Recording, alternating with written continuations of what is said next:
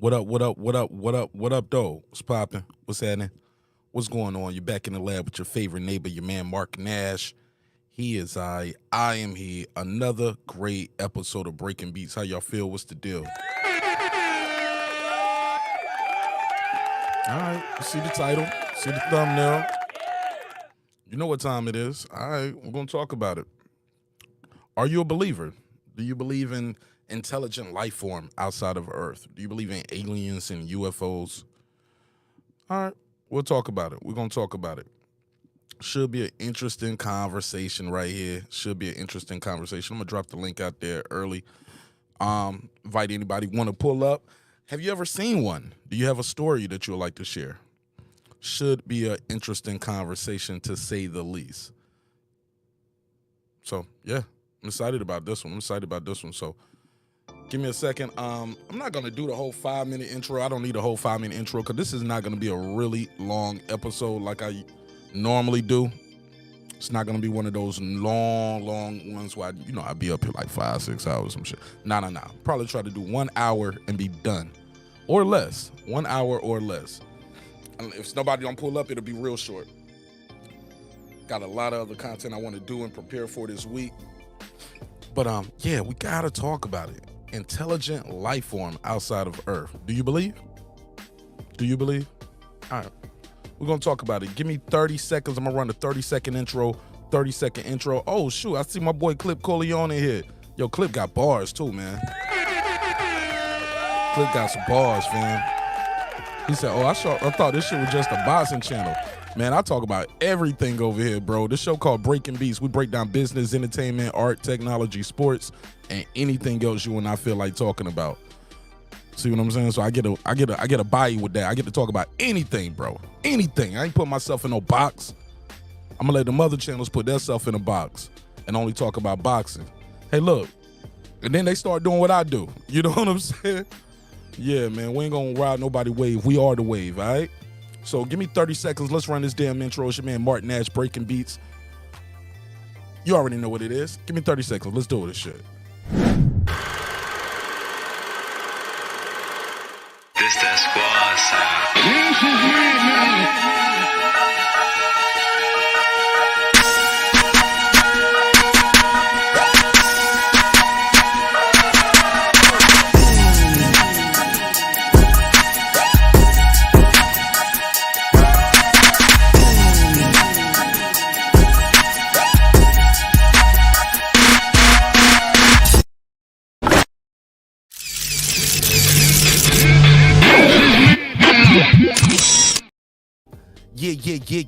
Yeah.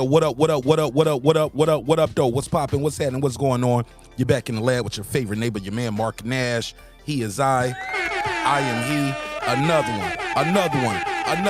Another great episode of Breaking Beats. You already know what it is. It's a hip-hop political sports show with a comedy twist. We like to let the jokes fly because life is serious enough. All right, man, life gonna get real serious on this topic right here. I'm gonna see, do we got any believers out there? Do you believe? I'm gonna put a survey in the chat. And we're gonna have a pretty good damn time having this conversation. All right. If you want to join the conversation, the link is out there. I'm gonna open up a phone line so you can call in or you can pull up, voice your opinion. This is not gonna be the episode for you guys to sit around and wait for everybody else to pull up first. Like, man, I wanted to see what they was gonna say first. Man, I ain't gonna be here for that one. I got some other content I gotta prepare for this week and next week, and I got stuff I gotta do. So just doing this one. Try to get this one in and out.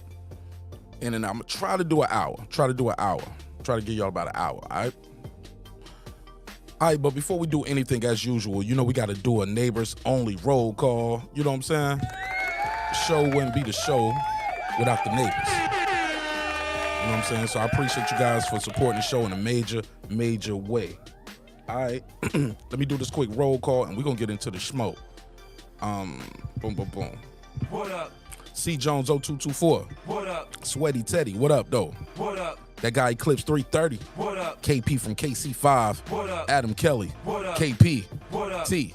What up? Matt Wade. What up? Kevin Brower. What up? Pudo. What up? Juan Davila.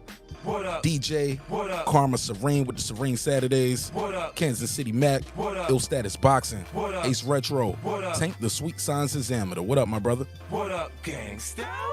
Beyond and Above Media, What up? Pittsburgh T, What up? Juan Epoxy Magic, What up? SF City Slicker, What up? I Know Boxing, What up? Stephen Bateman all the way in Australia. Mama, we made it. We global. What up, gangsta? Deuce Times, What up? Boxing Lounge, What up? It's Mex, What up? Mike from Boston, What up? Ride of the Storm, What up? Here to There, What up? Miss Queen Sunkissed, What up? Taylor Bell, What up? Maddie Yoel, What up? C Jones 0224. Oh, I already said that one. His name is out of order. I guess he re-upped. Cliff Bailey, What up? Con Shonery, What up? Lisa Bells, What up? Cooking with the Champ, What up? On the Mic with Terrence Bailey Sr., What up? True Media Today USA Boxing, that's my guy Coach Malachi Williams, What up? HL Deasy, What up? Cooking with Sir Sr., What up? Brandon Washington, What up? Born Supreme, What up? Lady Shan Dundum season all the way in UK in the London town, What up, gangsta? Dub Right Side, What up? D Bevel the Champ, What up? and of course the big fish himself, my good brother Derek Lincoln. What up, gangsta? All right, let's get into it. So I got the link out there, and make sure I got the phone number on the screen if anybody want to join the conversation. Clip, if you got some bars, man, set us up with some bars, man. Try to get some of them bars in from my boy Clip real quick. See if I can get Clip Corleone to pull up some bars, man. Set us up right. He was like, man, it's kind of awkward right now. You spit a verse, I spit a verse, Clip. Clip, you spit a verse, I spit a verse. Unless your shit is too fire, then I'll be like, never mind, I wasn't ready. All right, let's get into it. Do you guys believe in alien life form, UFOs? Have you ever seen one? Let me put a survey in the chat. Let me put a survey in the chat. Where are we at? Where we at with it? Always wondered about this because me personally, I have never had a one of those encounters. But am I a believer? Absolutely. I just do you hold on? Aliens, UFOs, intelligent life form outside of Earth? Do you believe? Yes or no? I'm gonna just make it real simple. Yes or no? Do you believe? All right, so boom, I got a survey in the chat. When it comes to this right here, your man Marq Nash, I'm a believer. I just don't believe we are alone out there. I believe it's another place or planet or people out there or beings that are that are capable of intelligent life form. Now, granted, are they gonna look like this lollipop head motherfucker we got on screen? Probably not. Put a case on it. Probably not. But is it possible? Absolutely. Make some noise. Absolutely. Absolutely. Now, I know somebody gonna pull up tonight and probably gonna tell me, Marq Nash, I seen it with my own eyes. I've seen it. I'm not speculating. I got the information. I'm not speculating. Sure. I have the information. I'm not speculating. But we'll talk about it. Now, as you know, the Pentagon released some images a few years ago back in 2020. The Department of Defense and the Pentagon released these images that you see on the screen, and they have certified, yes, these are official tissue. It's official. They said, look, we still trying to figure it out. They said, we don't know. I'm not speculating. Sure. I have the information. I'm not speculating. Yeah, they said, look, it's real. These images are real. Now, are there little green men inside?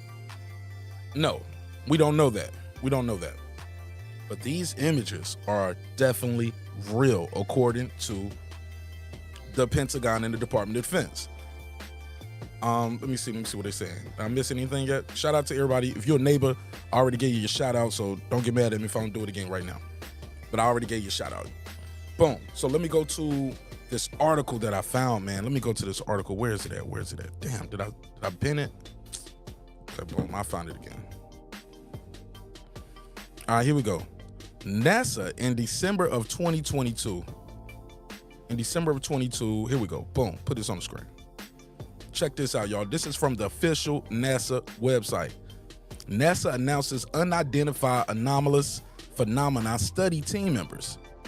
This article was updated from the NASA's official website on December the 22nd to reflect expanded technology for UAPs.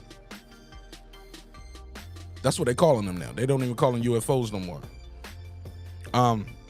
Going from unidentified aerial phenomena to unidentified, anomalous phenomena.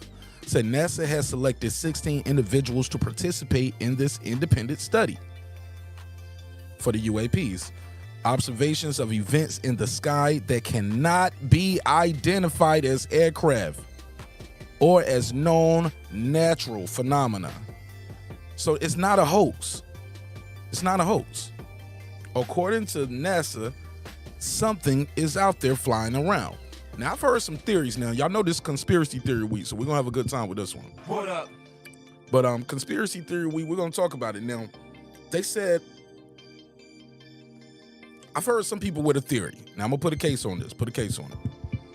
They told me, Marq Nash, I think it's a foreign government. I think it's another government, or maybe segments and sectors of our government that are working on different pieces of technology that we don't know about. I was like, but the Department of Defense and the Pentagon said they don't know what it is neither. You know what they told me? People's like Marq Nash, they know.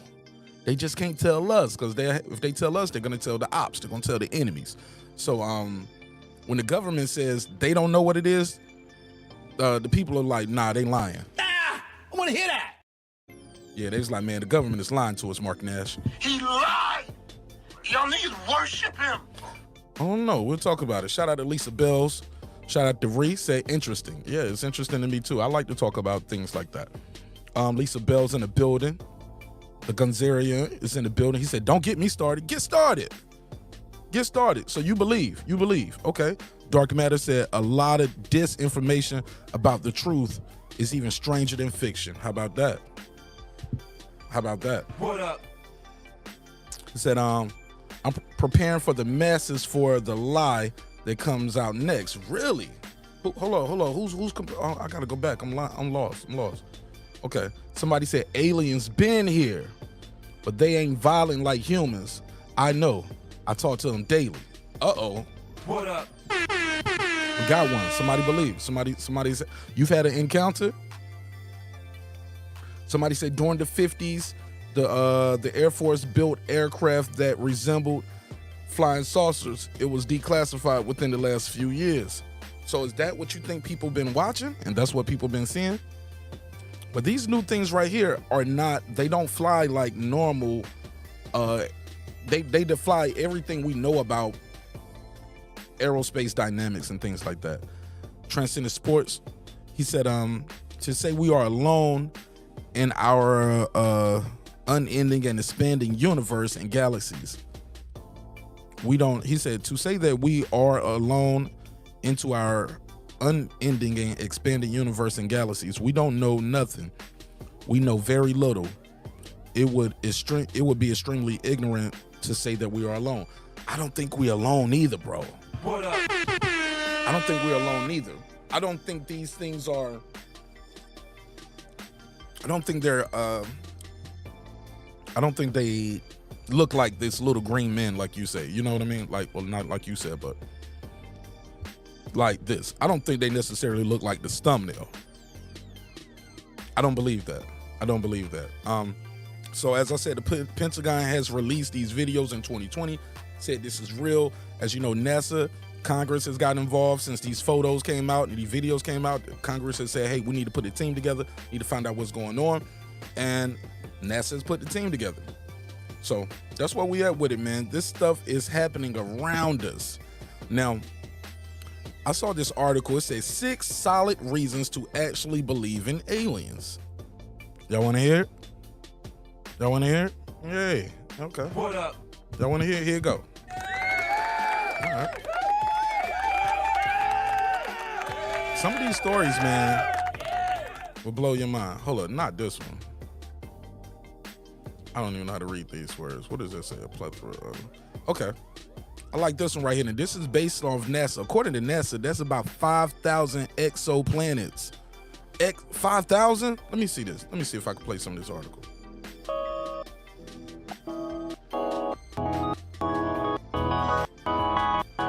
Okay, they just got music playing on the screen. Okay, so boom. March the 21st, 2022. Y'all ready for this? Let me share the screen so y'all can see this article along with me. Take that off. This is the article I found. I thought it was interesting. Figure I'd bring it to the neighborhood. Boom. Here we go. 6 solid reasons to actually believe in aliens, all right? And this article came out last year. USS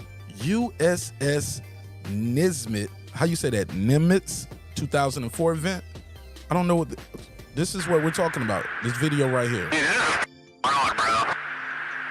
Watch this, There's a y'all. whole fleet of them. Look on the ASA. My gosh. Y'all see this? They're all going against the wind. The wind's 120 knots from the west. Look at that thing, dude.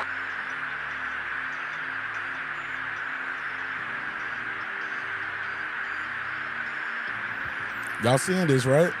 That's not our LNS though, is it? It's not. That is the LNS, dude. Well, if there's like... Look at that thing. Look how it's turning. It's rotating. Look how it's just rotating in the air. And this is over water too, right? Underwater. This is one they following it now. They looking at the water. Watch this, yo. Like he trying to zoom in on it. Boom. Got it. Roger. There's troubleshooting. This thing is under the water now. Did you box moving target? No, I took an auto track. Oh, okay. This is crazy. Oh my gosh, dude. Wow. Look at This is crazy. And this is the USS Nimitz 2004 event. Now, on November 14, 2004, a training mission near San Diego became one that Commander David Fravor will never forget, and remains one he still can't explain. Fravor recalls seeing a tic-tac-toe shaped object that moved much faster than the capability of any known weaponry that currently exists. He said, "We're flying brand new Super Hornets." It was an air defense exercise. He said two good guys against two bad guys. He said everything seemed normal until the USS Princeton called upon a favor and the company for a real-world test. He said it was white, it has no wings, it has no rotors. He said, "I go, holy, what is that?" He said the UFO had no windows, and it's reported that infrared monitors failed to pick up any exhaust fumes. How are they flying?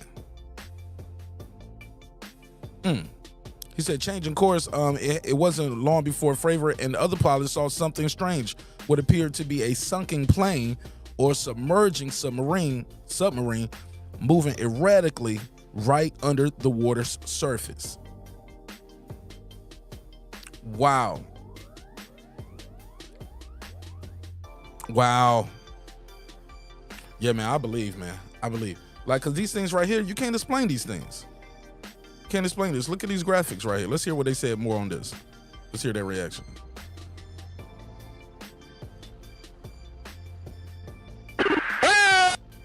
Here we go.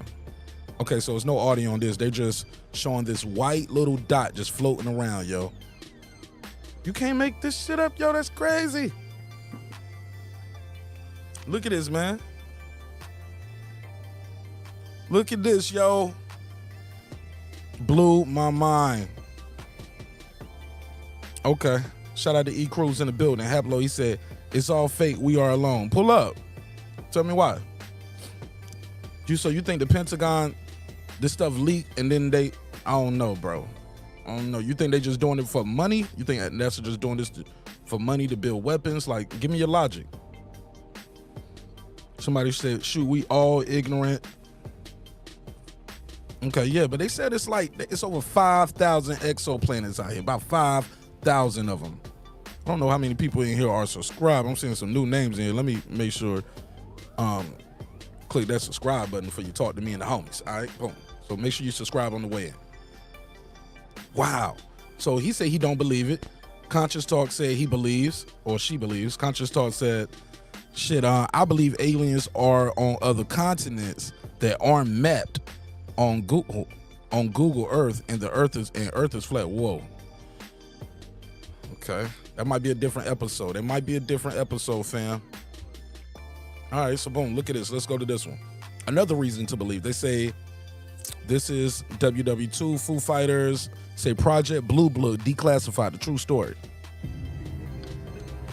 It's another reason to believe in aliens. Let's see what they're talking about. We've got a number of, that's not far from Germany, and this is still in Nazi-occupied part of France, where you've got a number of lights 8, 10, 12 lights coming in on the left of the aircraft group that are apparently maneuvering in a very unusual way and then just take off at a very high rate of speed. This type of thing was reported many times. Wow. Okay, let's go. The pilots often described these objects were sort of fuzzy lights. It could be a plasma That's the light. same. That's the same thing Muhammad Ali was talking about in that video I dropped earlier today. Muhammad Ali was talking about the same thing. It would come up from the ground towards the airplane, and we know that now because there have been reinvestigations of all the files. At the time, of course, there was no Air Force. It was the Army Air Force. They were taking reports from pilots very, very seriously. Because if there was a new German weapon, all the pilots needed to know about it, and they needed to think about evasive action. These objects were called different things at the time before they got a name, and the name that stuck was Foo Fighters. And it comes from a comic strip that was popular at the time called Smokey Stover. Oh, And he had a saying, which was, where there's a foo, there's fire.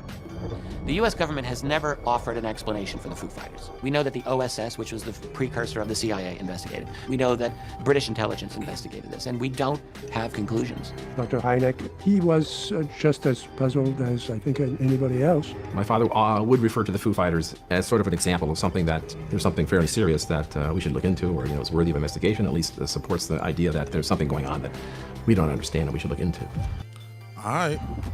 So boom. In November 44, several members of the Air Force saw what would come to be known as Foo Fighters. Basically, those were those glowing little dots that they said was popping up around the, as you can see on the screen. I'm gonna show it on the screen. These little glowing dots. Could be a This is like a reenactment though. plasma light that look. would come up from the ground towards the airplane, and we know that now because there have been reinvestigations of Like those dots right there. Boom. You see them? All all the right. files. Yeah, I'm on my Joe Rogan shit tonight, baby. I'm on my Joe Rogan shit. We going over the edge. We going over the edge tonight. We going over the edge tonight. Yeah, I'm on my Rogan shit. All right, here we go. Number 3. Now y'all know I took remedial math in school, but I don't know how to say this word right here. What's this? How you say this? Oh mama. Oh mama. Yo mama. It's a ooh mama. Ooh moi. I don't know. But basically, alien craft, or is it an asteroid? Like the Death Star? I don't know. Put a case on it. But let's go. What's up, Nick Rich? Nick Rich, are you a believer? Are you a believer? I got a survey in the chat. Who believes? I feel like Tom Cruise. Who's going with me? Who's going with me? Who's going over the edge with me tonight? All right. Aircraft, alien craft, or asteroid. Let's see what. Then this is Avi. I'm gonna just say Avi. Loeb, whatever. Avi, an impressively credentialed scientist. So I hope y'all like that, right? He's a scientist, so it ain't just a nigga smoking some good gas behind the weed. You know what I'm saying? Behind weed on YouTube or something like that. No, this guy is a scientist. Probably smoke the best weed too. He probably make his own weed. Who taught at Harvard? Okay. So he got some credentials, right? And chaired the university's astronomy department. So he's a top guy over there. He's put forth an interesting but seemingly far-fetched hypothesis. The asteroid Umama, I'm saying this probably wrong. This word right here, O-U-M. Matter of fact, let me see how you say it. Let me see if I can they speak this for me? Uau-miwa-miwa. What? Uau-miwa-miwa.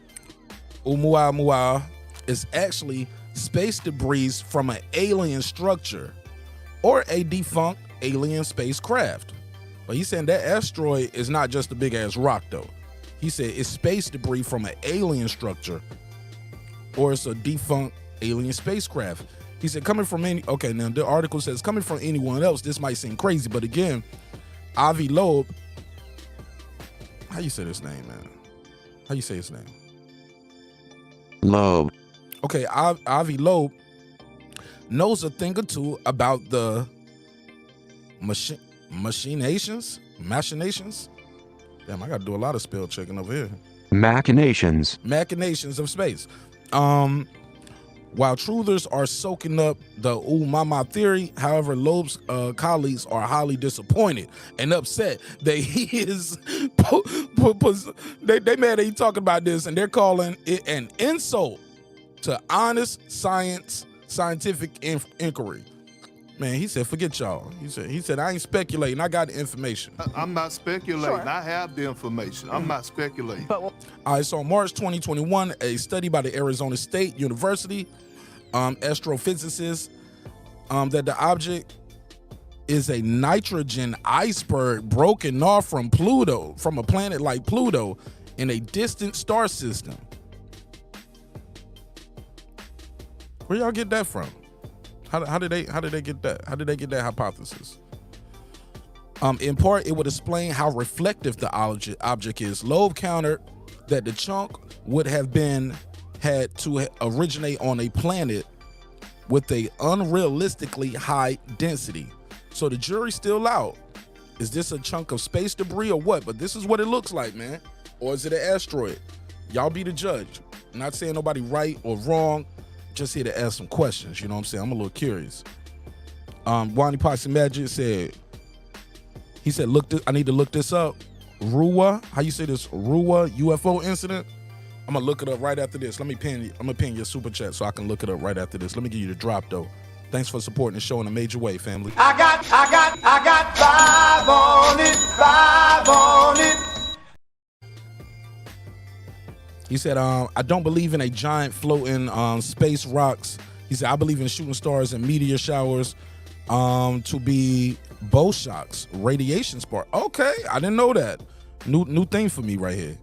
He said that happens in between layers of the upper atmosphere. Shout out to Conscious Talk. Man, let me find out we got a scientist in the building. That's what's up. What up? Salute. What up, gangsta? Shout out to Haplo, Nick Rich. Latavia's in the building. Deuce in the chat talking about his kryptonite. Okay. All right. Shout out to Stephen Bateman. All right, let's go to this next one. Yeah, I'm on my Joe Rogan shit tonight. Let's get to it.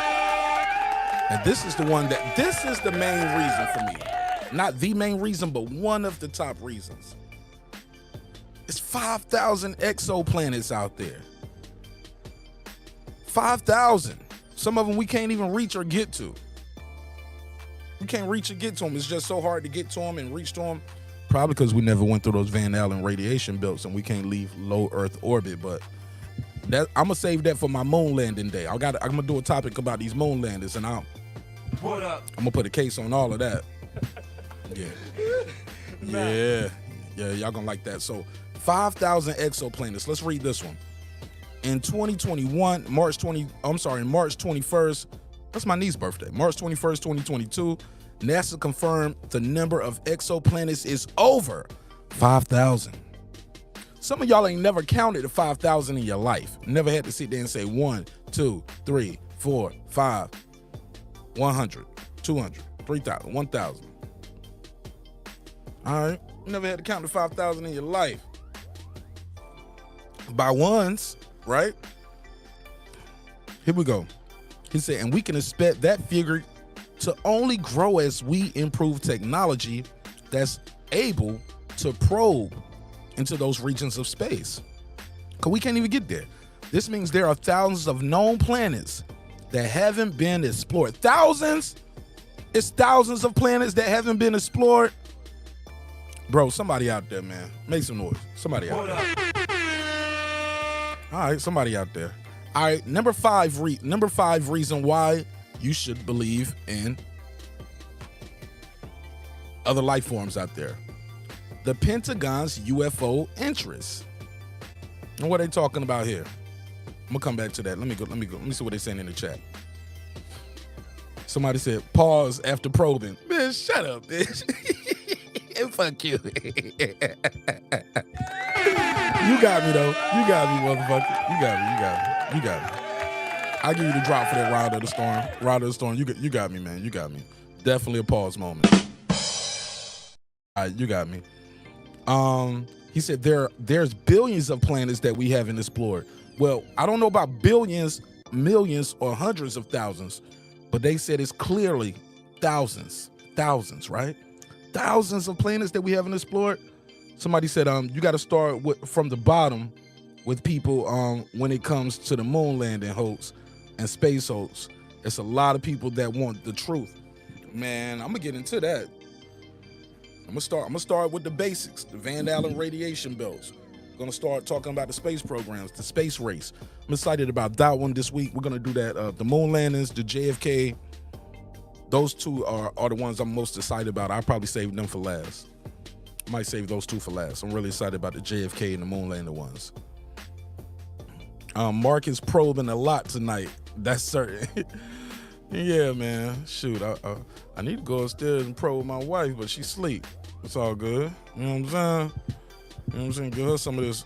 Give her some of this probing. You know what I'm saying? Somebody said the sad part is that the governmental agencies releasing the info are not trustworthy. That's the crazy part. A lot of people don't trust the government. By a show of hands, give me a press A if you agree, press B if it's bullshit. How many of y'all trust your government to give you the truth? A, I trust the government. B, bullshit. I do not trust the government to tell me the truth. Let me know. My sister girl behind the mic in the building. What up, sister? How you feel? Doing well. What's up? What's popping with you? Nothing much. Shout out to you in the chat. Do you hear that echo? Nah, you sound good to me. Oh, okay, good. You always sound good. Thank you. Yeah, no, I'm serious. Your audio is always on point. I was like, man, is she a telemarketer or something? She calling me for a bill? She calling to sell me something? If you selling it, I'm gonna buy it though. You know what I'm saying? Okay. So you some water. Yeah, you gotta drink water. All right, somebody said echo. Somebody said there's an echo, y'all. There's an echo. Okay, let me go out and come back. Okay. I don't hear it. Maybe y'all niggas just hating. No. Damn, do I got an echo too? Is it an echo for me? I've had an echo all night. Nobody told me. Bruce Lee said bullshit. I don't trust this government. Latavia said I don't trust the government to tell me the truth. Words that I manifest. I like that name. That's a channel? Words that I manifest. Is that a channel? Gotta check it out. Say I don't trust the government to tell me the truth. How many of y'all trust your government to tell you the truth? Okay, bad echo. Somebody said not you. All right, cool. Okay, yeah. Yeah, I didn't even hear it, but I appreciate you all. All right, let's try it again. Girl behind the mic, check 1, 2. What it do? Now you sound bad to me. Say it again. Check 1, 2. Yeah, you good now. Echo.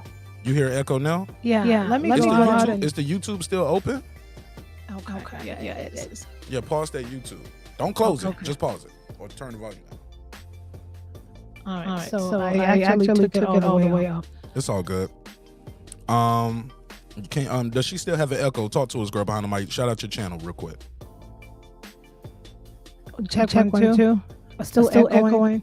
No, keep going. Keep going. He might have a delay on it. He might be talking about early. Okay, it's still an echo. She's on the mothership. Oh shit! It's you. You the alien. And this how they gonna come too, with red hair and bright red lipstick, and they gonna trick us all. All right, so try to beam out. Somebody said it sounds cool though. Safari or something.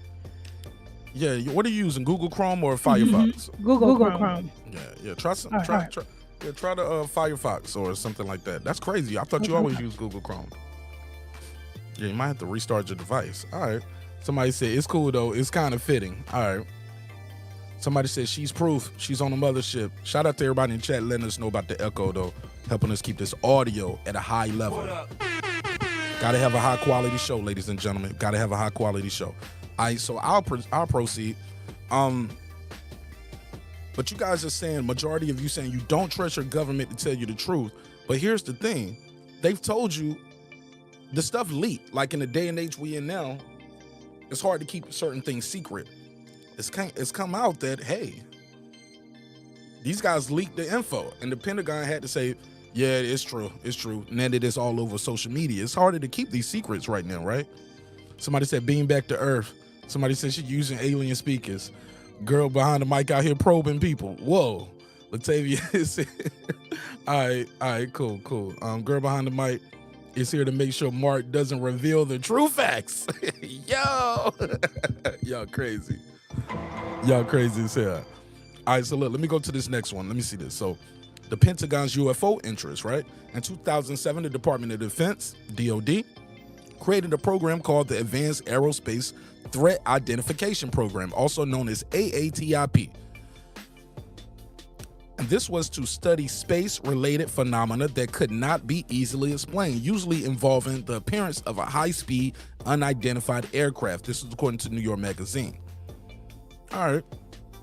The covert program was headed by military intelligence officials Luis Elizondo, who sought to investigate reports of UFO encounters. A decade later, Elizondo quit working at the Pentagon and confirmed that AATIP's existence to New York. So basically, he spilled the beans after he lost his job. I hate people like that. Damn. Wait, because now they can always say, yo, you did it because you was disgruntled or you quit. Just do it while you're still working there.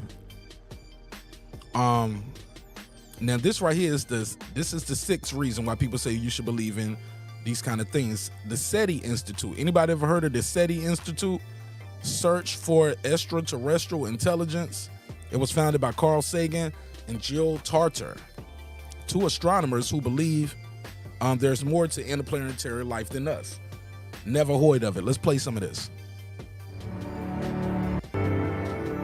I have been working on the subject of SETI for more than 50 years. Okay. What precipitated that first search was first curiosity about the existence of extraterrestrials. We know that the discovery of those creatures would be perhaps the most important scientific and eventually practical discovery we could ever make. I think that detecting evidence of an extraterrestrial technology, someone else out there, would change everything. It helps us to calibrate who we are, where we fit in this really large cosmos.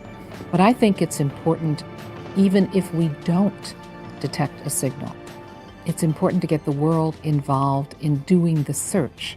The searching we do is very much like the searching that has been done by other explorers.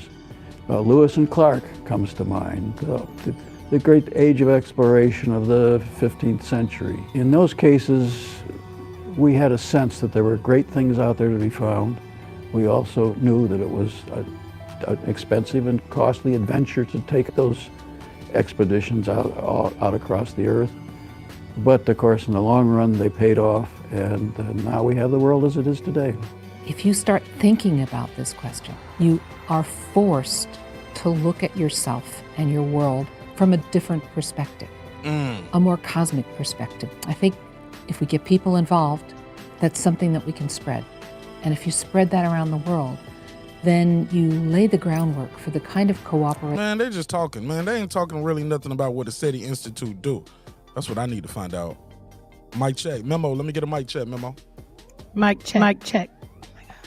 Yeah, like I said, it always sounds good to me. I don't know how it sounds to the audience. Just talk for a little bit. The audience is going to tell me how you sound. Go ahead. Okay, mic check. Shout out to the I can hear my echo. I'm gonna switch down my computer and start again. Okay. All right. Neil Tyson comes to mind. What about him? Neil Tyson comes to mind with what? I missed that part. Let me check out a couple things they said. I got a super chat and I need to check on the other one. Hell yeah, I heard of Bob Lazar. Yeah, he said he worked at Area 51. They don't claim him though.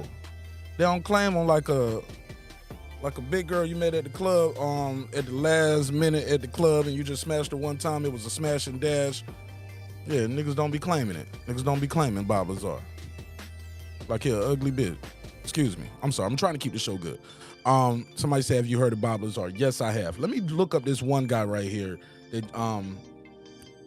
G Funky got one in here. Also, Wani Poxy Magic told me to look up the RUWA UFO incident. Let me check this one out. I'm gonna look that up first. I haven't heard of this. What is this? What is this? RUA. What do you say? RUWA. What was it? RUWA UFO event incident? I never heard of this, bro. I never heard of it, but I'm interested in it. So look, bear with me. I'm gonna type it in on the screen. I'm gonna Google it, pull it up. Let's see what we got right here. What is this? What is this, Juan Epoxy? He said, okay, September the 16th, 1994. School kids say they saw aliens. It was a UFO sighting outside of Ruwa, Zimbabwe. 62 pupils at the aerial school aged between 6 and 12 claimed they saw one or more silver craft descend from the sky and land on the field near the school. Damn, let me see this. Oh, and these kids drew pictures. Okay, I never heard of this. I never heard of this. Wow, never heard of it. Let me see. You never heard of it. Oh, they got out and walked around? What? Girl behind the mic, she from Zimbabwe. Maybe she knows something about this. But I think in 94, she might have, was she here? She might have still been in Zimbabwe in 94. It was 1994. I never heard of this. Okay, boom. Let me see what they saying in the chat. Mark, you ever seen Ancient Alien series? Seen Ancient Alien series? Is that a show or a movie? I've never seen it. Yeah, I don't rock with Neil deGrasse Tyson too much. You know what I'm saying? I listen to him, but I get it though. I don't think he has an open mind on certain things. I think because certain things, it's like certain things I've heard him talk to people about moon landers and other stuff, and he couldn't explain. And when they put him in the corner, he just said, "Do you think all these people got together and lied?" I was like, "Yes, they do it all the time. All these people got together and lied in America a whole bunch of times. It's the American way." But that argument in itself, and that essence of that argument in itself is a fallacy. That's like saying 7 out of 10 didn't say you should use this toothpaste. That doesn't mean it's that's not necessarily the best toothpaste. It's just out of the 10 you pick your 7 got it. And you can keep doing that argument until you reach your quota with the goal that you rate. You know what I'm saying? 3 out of 5 didn't say you should use this. Okay, out of truth, the link out there, my brother, pull up.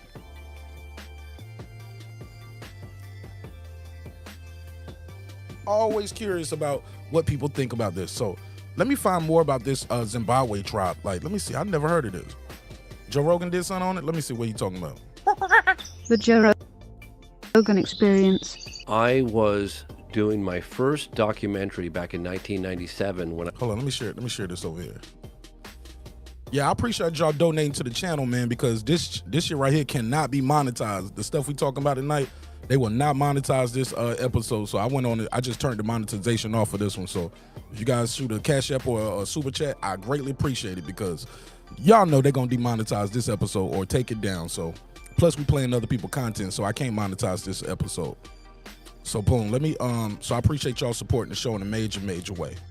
Even if it's $5, $2, $1, I really appreciate it. I don't take it for granted.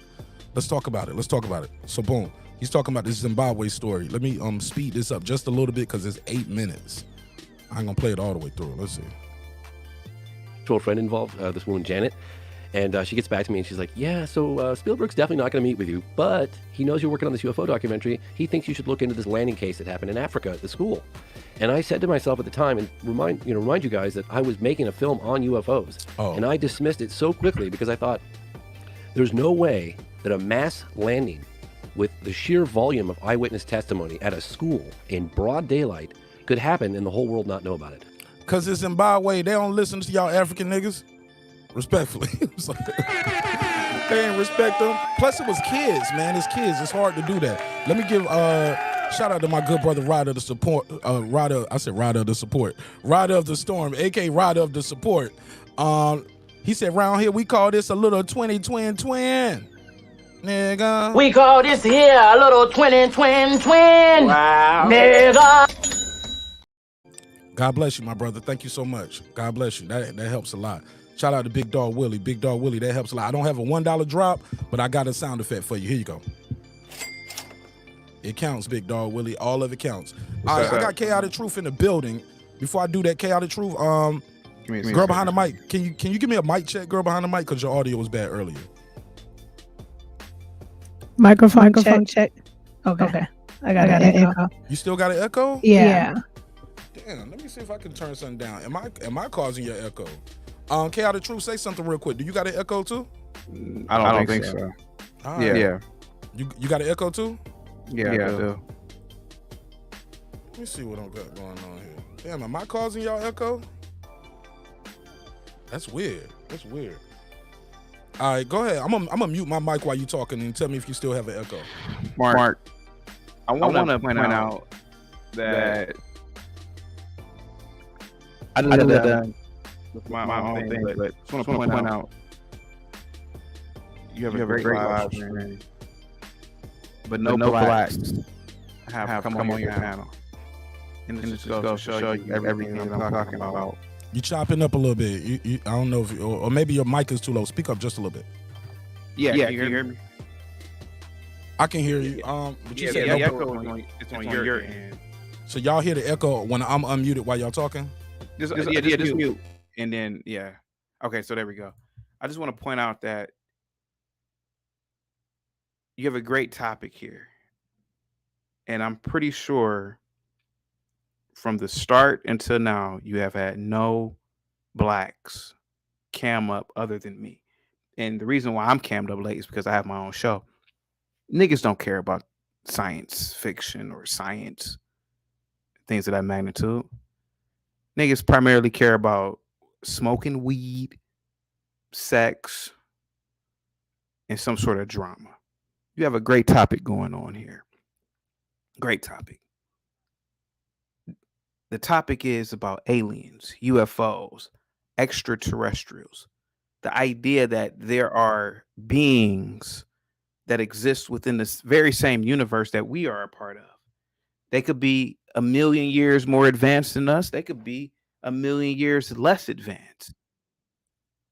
But you would think that this would be a panel full of people up here.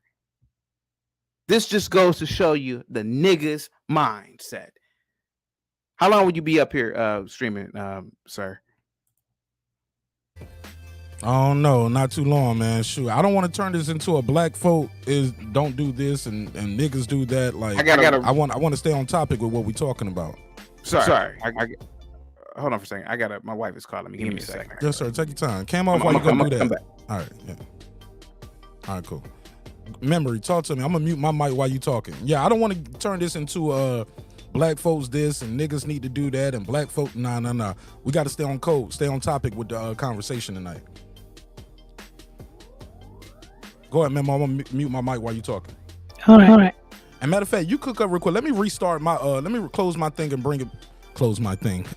Let me close my device and bring it back up while you tell your piece, and maybe that'll stop the echo from you guys. Okay. All right. I'll be right back. All right. Shout out, neighbors. I got. Go ahead, speak your piece though. I'm gonna be listening on my phone. Go ahead. What's my piece? UFO? Yeah. You believe? I'm a believer. So do I believe in UFO? I think there's a new name for them, right? I think the government has given us a new name. I forget.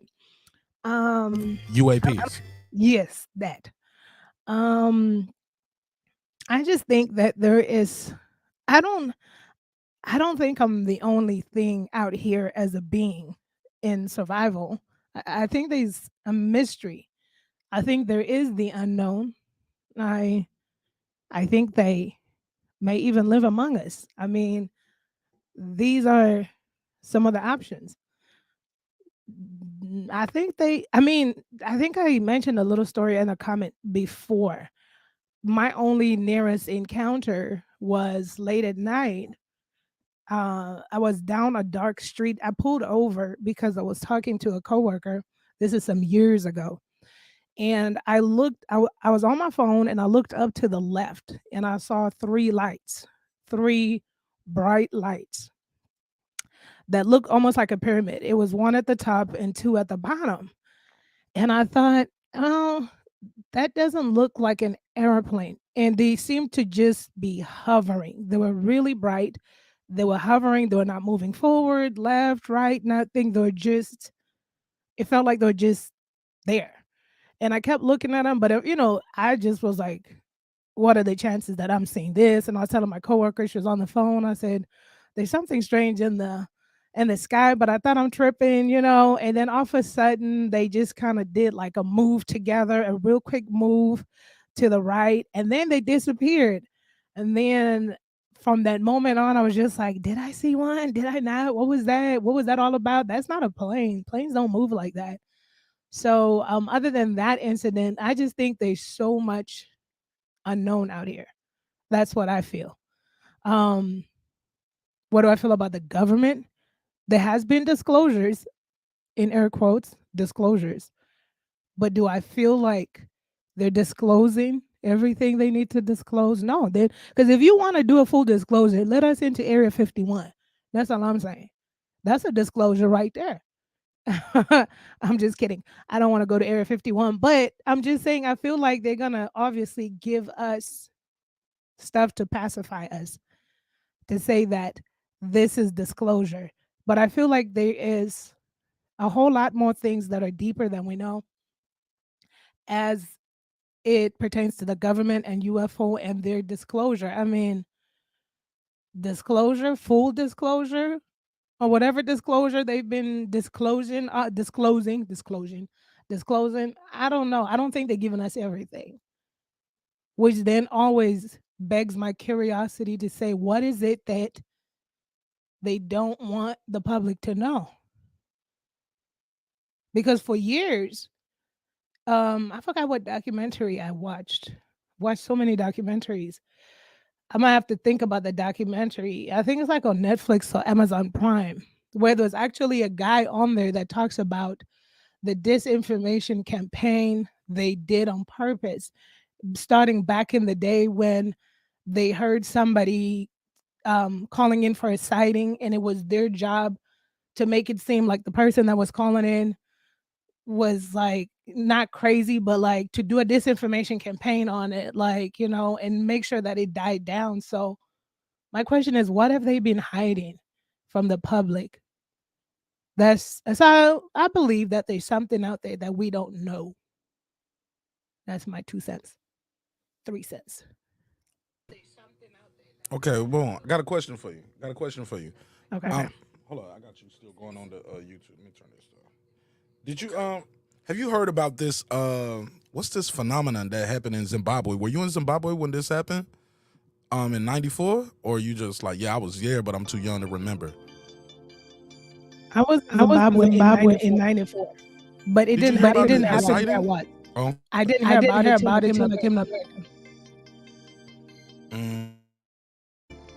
Can you tell us about it? Because I'm just now hearing about it for the first time tonight.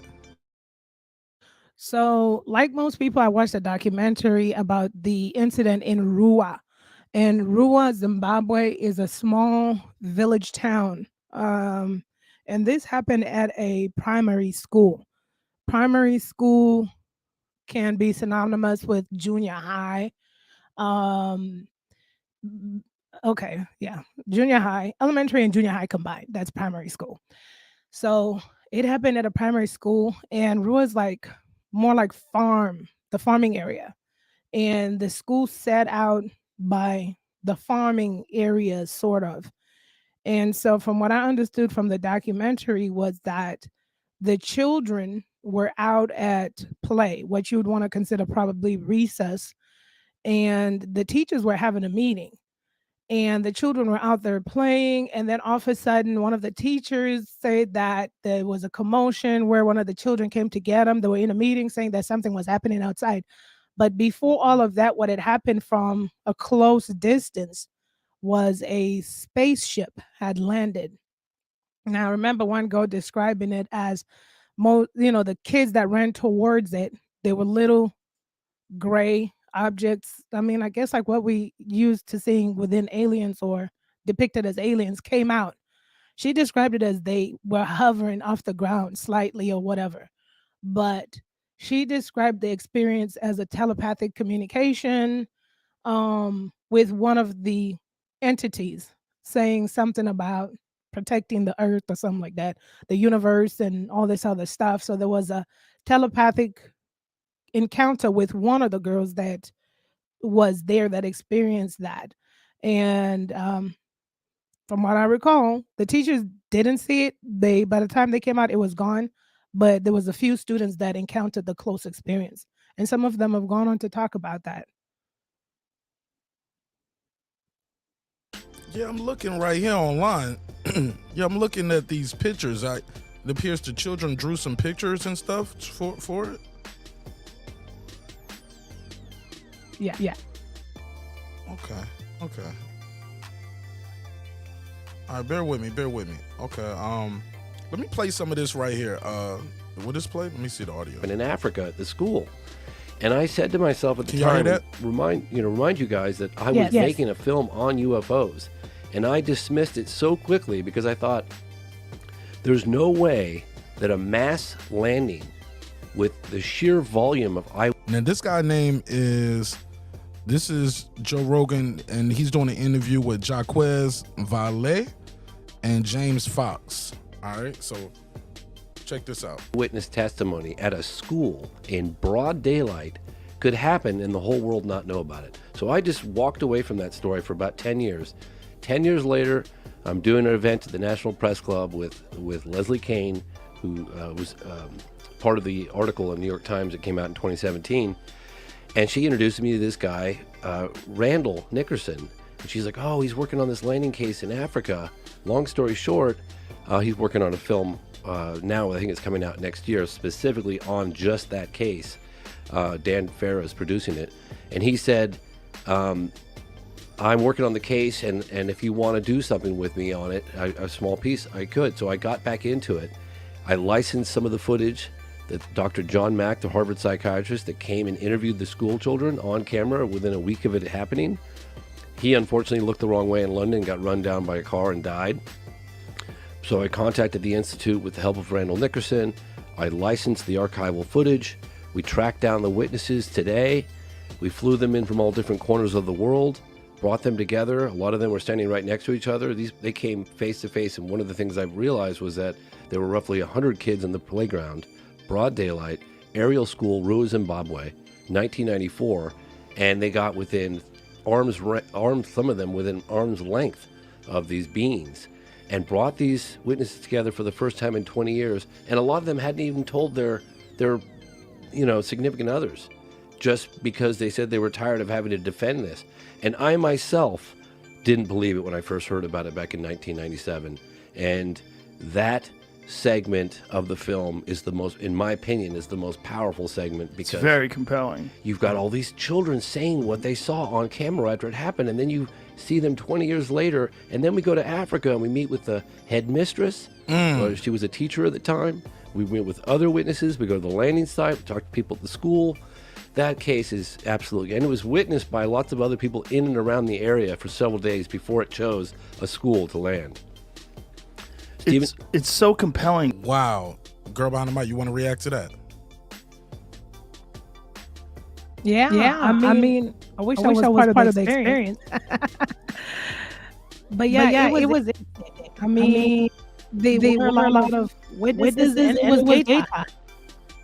So all online at the same time. I don't know. Isn't it possible though, when you're dealing with children though, between the ages of 6 and 12? I remember a teacher playing this. They would do this experiment where, hey, I'm gonna whisper one thing in your ear, and by the time it goes around the class, it can start off with, "We're gonna have ice cream at the end of the day if everybody comes to school on time every day." By the end of it, we having ice cream every day. You get what I mean? The whole story has changed by the time it goes all the way around the classroom. And it was like, they would do that experiment to show you how rumors and misinformation is spread. You know what I'm saying? So it's very possible. I mean, here's the thing. I think this might be getting. When I watched the documentary, right, and found out it happened in '94, I didn't live in Rua, but there's one thing for sure: most of those children that had that close encounter is the ones that drew. Because then I did watch the small video with that psychiatrist. They said that looked the wrong way and accidentally died. I didn't know that's what happened to him later, which is super sus. But most of the kids recanted their experiences, and they drew the spaceship. And one thing that I personally thought about for myself was, I only knew about aliens when I came to the West. So we don't have a concept. If I put myself in those young kids' school, those young children's mind in Rua, Zimbabwe, when I was in primary school, we didn't have a concept of aliens, let alone a spaceship. I never watched E.T. So we were not exposed to gray spaceships or UFO. We didn't know that. Like I literally knew about UFOs or aliens when I came here, So I would find it, that's why I found it very interesting that those children drew those pictures and talked about the telepathic communication, which is what most people that have come into contact with UFOs always talk about, the telepathic communication. So how would they have known how to articulate that? I don't think teachers would have been teaching that in primary school. They're not teachers. They never taught us about aliens or UFOs or spacecrafts and stuff like that. It wasn't a part of the syllabus or anything. We were not exposed TV-wise, book-wise, nothing-wise. So that's why I realized, I think they did see a phenomena out there in the field. Oh, I'm with you. I believe they seen something. Because it's like 60-something kids. I just think that's why their story never got so much light. It's just people just assume because they're children between ages of 6 and 12 that they wasn't quote unquote credible. You know what I mean? And right. You don't have an echo anymore. You should be good now, right? Yes. No, I don't have an echo anymore. I didn't have the noise cancellation button checked. Oh, okay. So, sorry about that. That's okay. Okay, cool. All right, let me play some more of this. Let's hear this and react.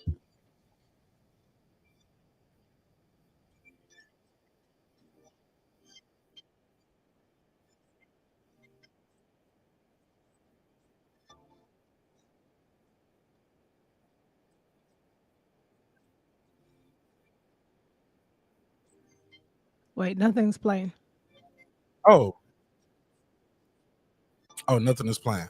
Oh, I gotta reshare it. I'm doing something. I'm sharing it a different way now. My bad. I meant they explained. I'm sorry. She said recanted. They said however you articulate, they said their story.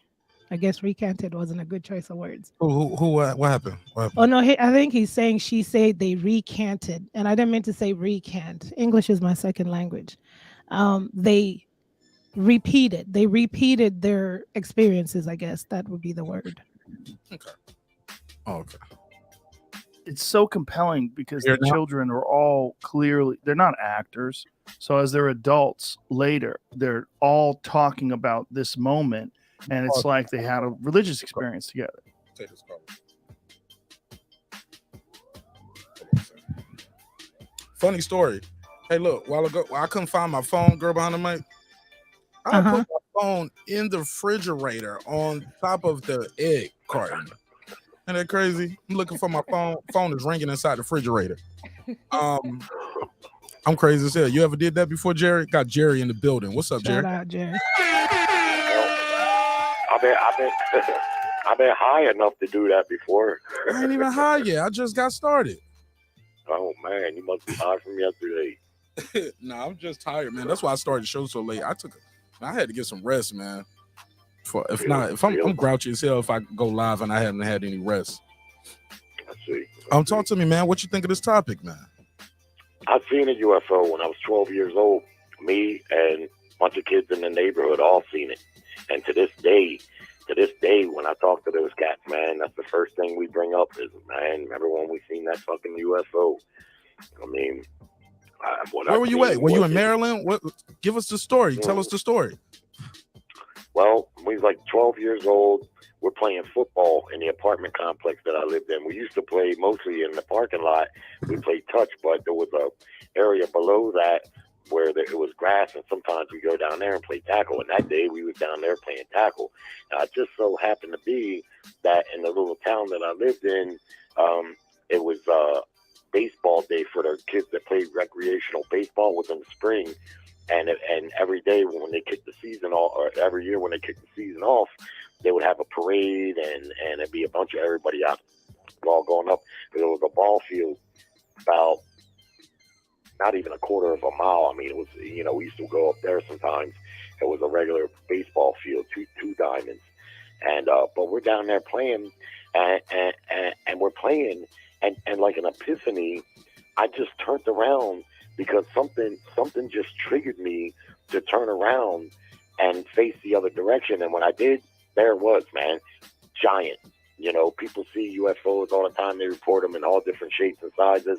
The one I seen was huge. It was bigger than the baseball field, and it was over top of the baseball field. It's like where it was hanging, and it was saucer shaped, like what you typically hear. And I remember distinctively it had orange and white lights going around the middle of it. And what you typically hear a lot of times with UFO sightings, and what happened when I seen that one, is I stood there looking at it, and we all were looking at it, and it was like time stood still as it was hovering there, and then it was there 1 second, and the next split second it was gone. It didn't take off at a high rate of speed. It's like it just vanished. It was there 1 second, and the next second it was gone. And let me tell you something, brother. When you see that shit, you become a believer. Now, I don't know. I mean, UFO is unidentified flying object, so it's a loose term, right? That means anything that you don't identify as a plane or a helicopter. But this sure as fuck wasn't no plane. I mean, it wasn't a helicopter. But I'm always intrigued by that shit, because if you think about it, if you look out at the stars at night and they say the galaxy goes on and on and on and on forever, it doesn't make sense that Earth would be the only planet with intelligent life.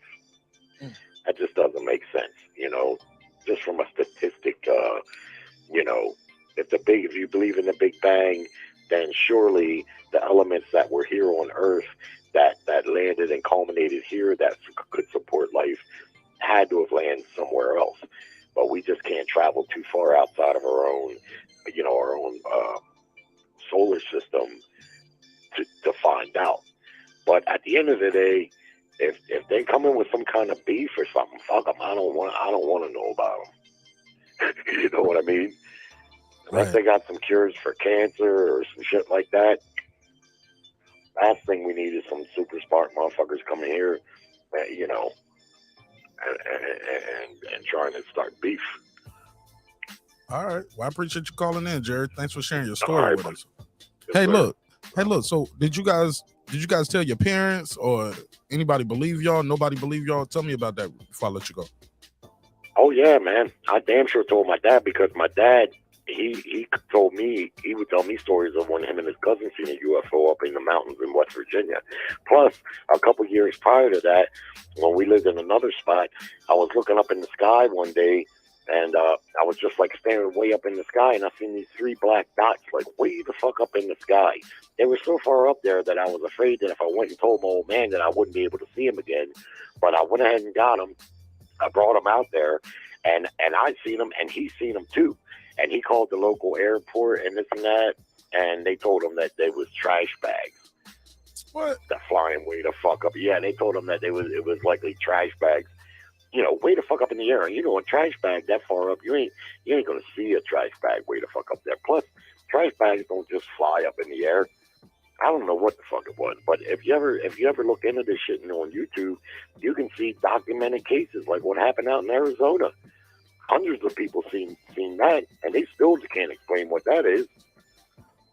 All right, well, I appreciate you calling in, man. All right, man. Shout out to Jerry. All right. Wow. What up? You got one. See, I knew somebody had an experience out there. Memory. Oh yes. All right. Boom. Let me see. Play some more of this. Like they're all sharing it and talking about it, and you could tell it's a deeply moving experience. If they were actors, they wouldn't have been able to do such a good job, because to convey the reality of that moment to them, to be able to have this interpretation of this event where they're all consistent in the story and they're all clearly still shook by this moment.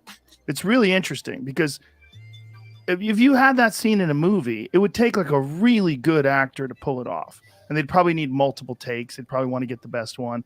But those kids, the way they were talking about it and the way they were drawing it, you're like, wow, it really does seem like something happened to them. I know how credible that the testimony of the children is, because my partner Rebecca, she's never had much of an interest in what I do, making documentaries on UFOs. I do other things as well, but when I was reviewing in the studio the archival interview of the children, she just dropped off a cup of coffee and she stopped and went, "Oh my God, those children are not lying. This is the most amazing thing I've ever seen." Because look, I ask your audience to don't take it from me.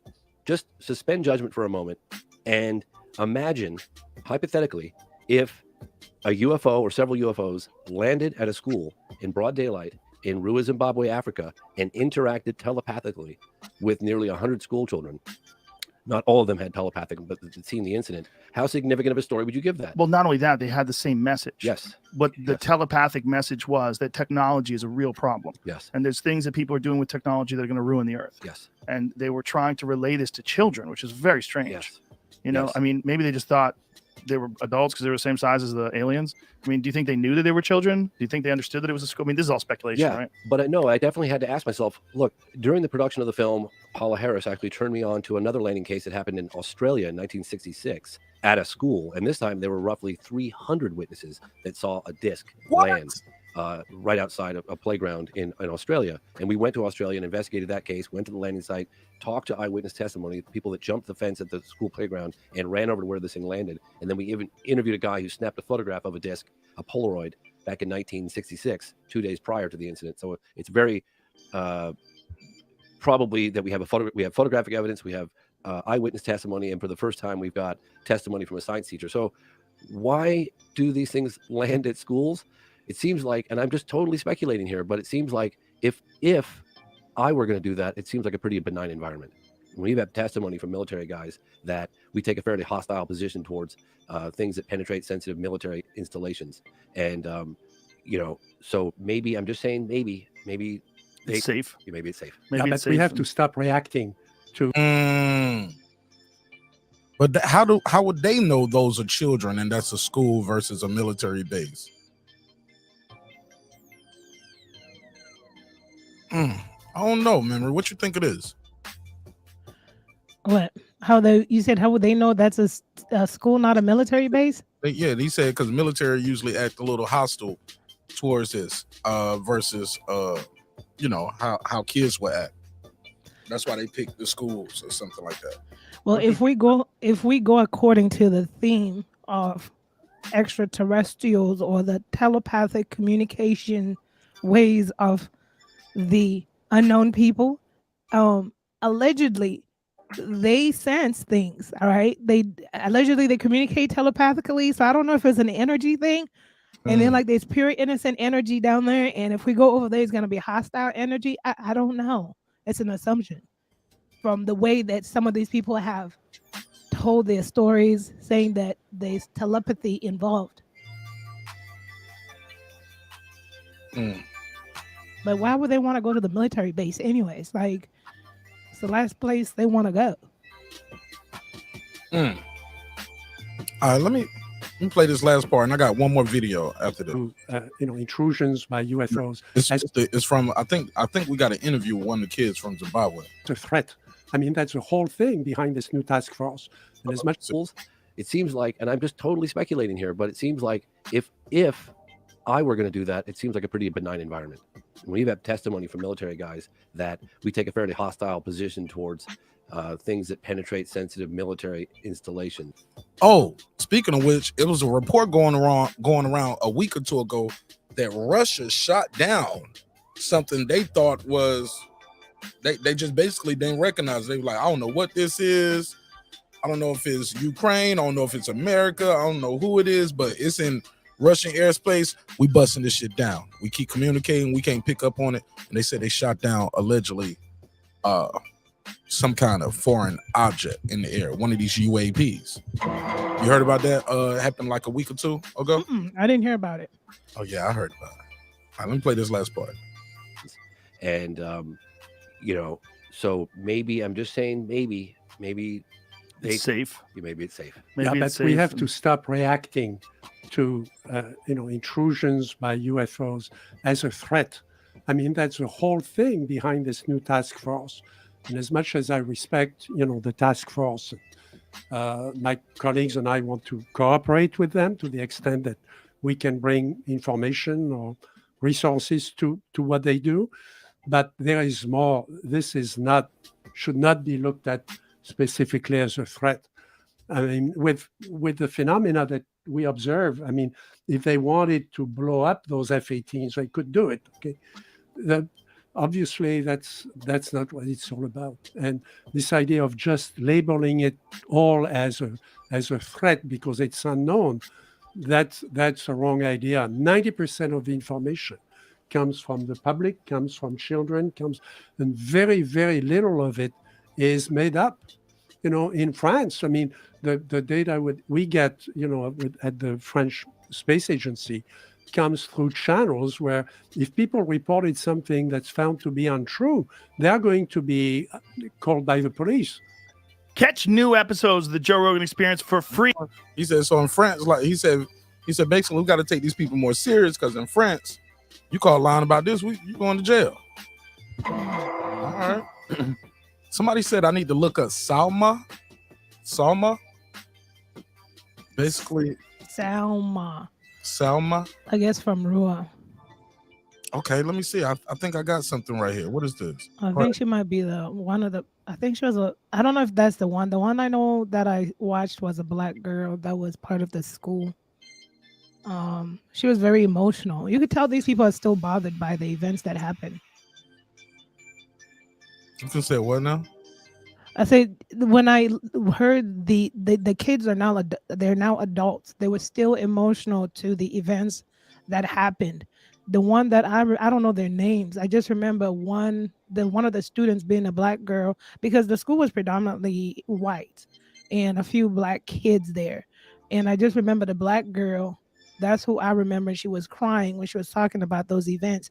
But like I said, I don't know their names. I just know that it seemed as if these adults are still bothered by what they witnessed as children. Okay,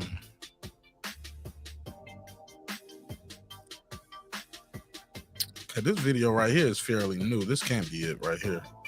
School kids say they saw aliens. This is a newer one. Yeah, this is newer. I don't see any interview with a young lady on this one. I'm gonna try to find another article. Okay. Well, go ahead. Somebody was talking about the military base and that one. So there's a lot of course, documentaries, right? And you just take Oh, you say something? Yeah, I said sorry. It was playing in the background while you was talking. Okay. No, you ready? Yeah, I'm ready. I'm sorry. Go for it. I'm listening to you. Oh, I was just saying there's a lot of documentaries on this stuff, right? And like anything else, you just take it with a grain of salt. I find it interesting.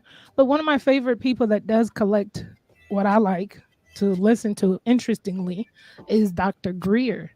I think he, there's Close Encounters of the Fifth Kind and The Unacknowledged and so forth. But I'm thinking it's one of his documentaries because I limit myself to the stuff that I watch. Because sometimes like, this is just entertainment now.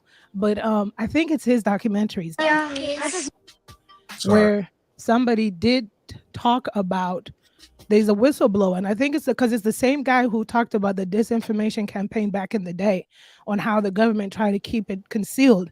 And it's the same guy who was talking about that he was talking about the differences between extraterrestrials and government military experiments and spacecrafts that they were experimenting with that some people thought were possible UFOs and stuff like that. But I digress. I'm trying to find the interview that you guys are talking about with the people, with the children, but She said, I am a UFO child that was left. Okay, this girl said she's a UFO child left her by mistake. I don't know about that one. But let's play this right here. We got this queued up. This children talk about witnessing the 1994 UFO landing at the area school. Take it from the top. We saw something shiny, and we saw two people. They were in tight black suit, and they had big eyes and a small. We didn't actually see their nose. It was quite small, and their mouth was quite small as well. One of them was running in slow motion up across the ship, and the other one was standing beside the ship. Yeah, you made a drawing, huh? It looked like this? No, yeah, something like that. I couldn't see the eyes or the nose or the mouth. It was just blank, like a piece of paper. Mm-hmm. Well, when they came, I thought they were crazy. Was this the first thing you thought? I thought they were crazy just coming to our school doing nothing. And all I saw was something like silver coming down. And I said, what must that be? And everybody's crowding it. I must go crowd too. And then I went and I started crowding, and everybody, then more people came and more. And then I said, hey, I can't see anymore. Come on, somebody, I'm short. Come on. And then I went to the front and I started seeing more of them, and then I just ran away. The day before the spaceship came, my friends and I were sitting in the playground, and one of my friends, her name Emily, she looked up into the sky and she said, oh, there's a UFO. She said, and I looked at it and she said, no, just kidding, it's an airplane. And we looked up and I thought to myself, that can't be an airplane because it was very shiny. It looked kind of like a cigarette, you know? It was a long thing, and then on the end it was all shiny. And so I said, maybe it is a UFO. So we were all kind of like getting scared now. And then the day that it happened, then we started thinking, yeah, there must have been a UFO in the sky. Because my brother also saw it, but he's left the school now. Mm-hmm. It was sort of like a round shape, sort of like a plate, sort of like two plates that were sort of like on top of each other. Then there was sort of like the hole, the hatch for it, and there was sort of like in between two trees. But you couldn't see that clearly, and it was just silver all over. Wow. And I didn't see any men or something like that. You saw one UFO that's surrounded by little ones? Yeah, one big one. One spaceship. Yeah. Little ones around. Yeah, let me see. Let me see your drawing. One big one? One big ship, and then small ones surrounding it with there were lights. Yeah. Surrounding the ship. Like Sean's, huh? This is Sean's drawing. Yes, yeah, basically. Yeah. And, okay, one landed, the big... Yo, this is wild.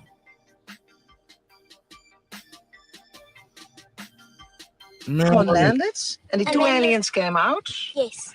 And what happened with the little ones? The little ones, they were just flowing around in the air. They didn't touch the ground. And these made the silver lights?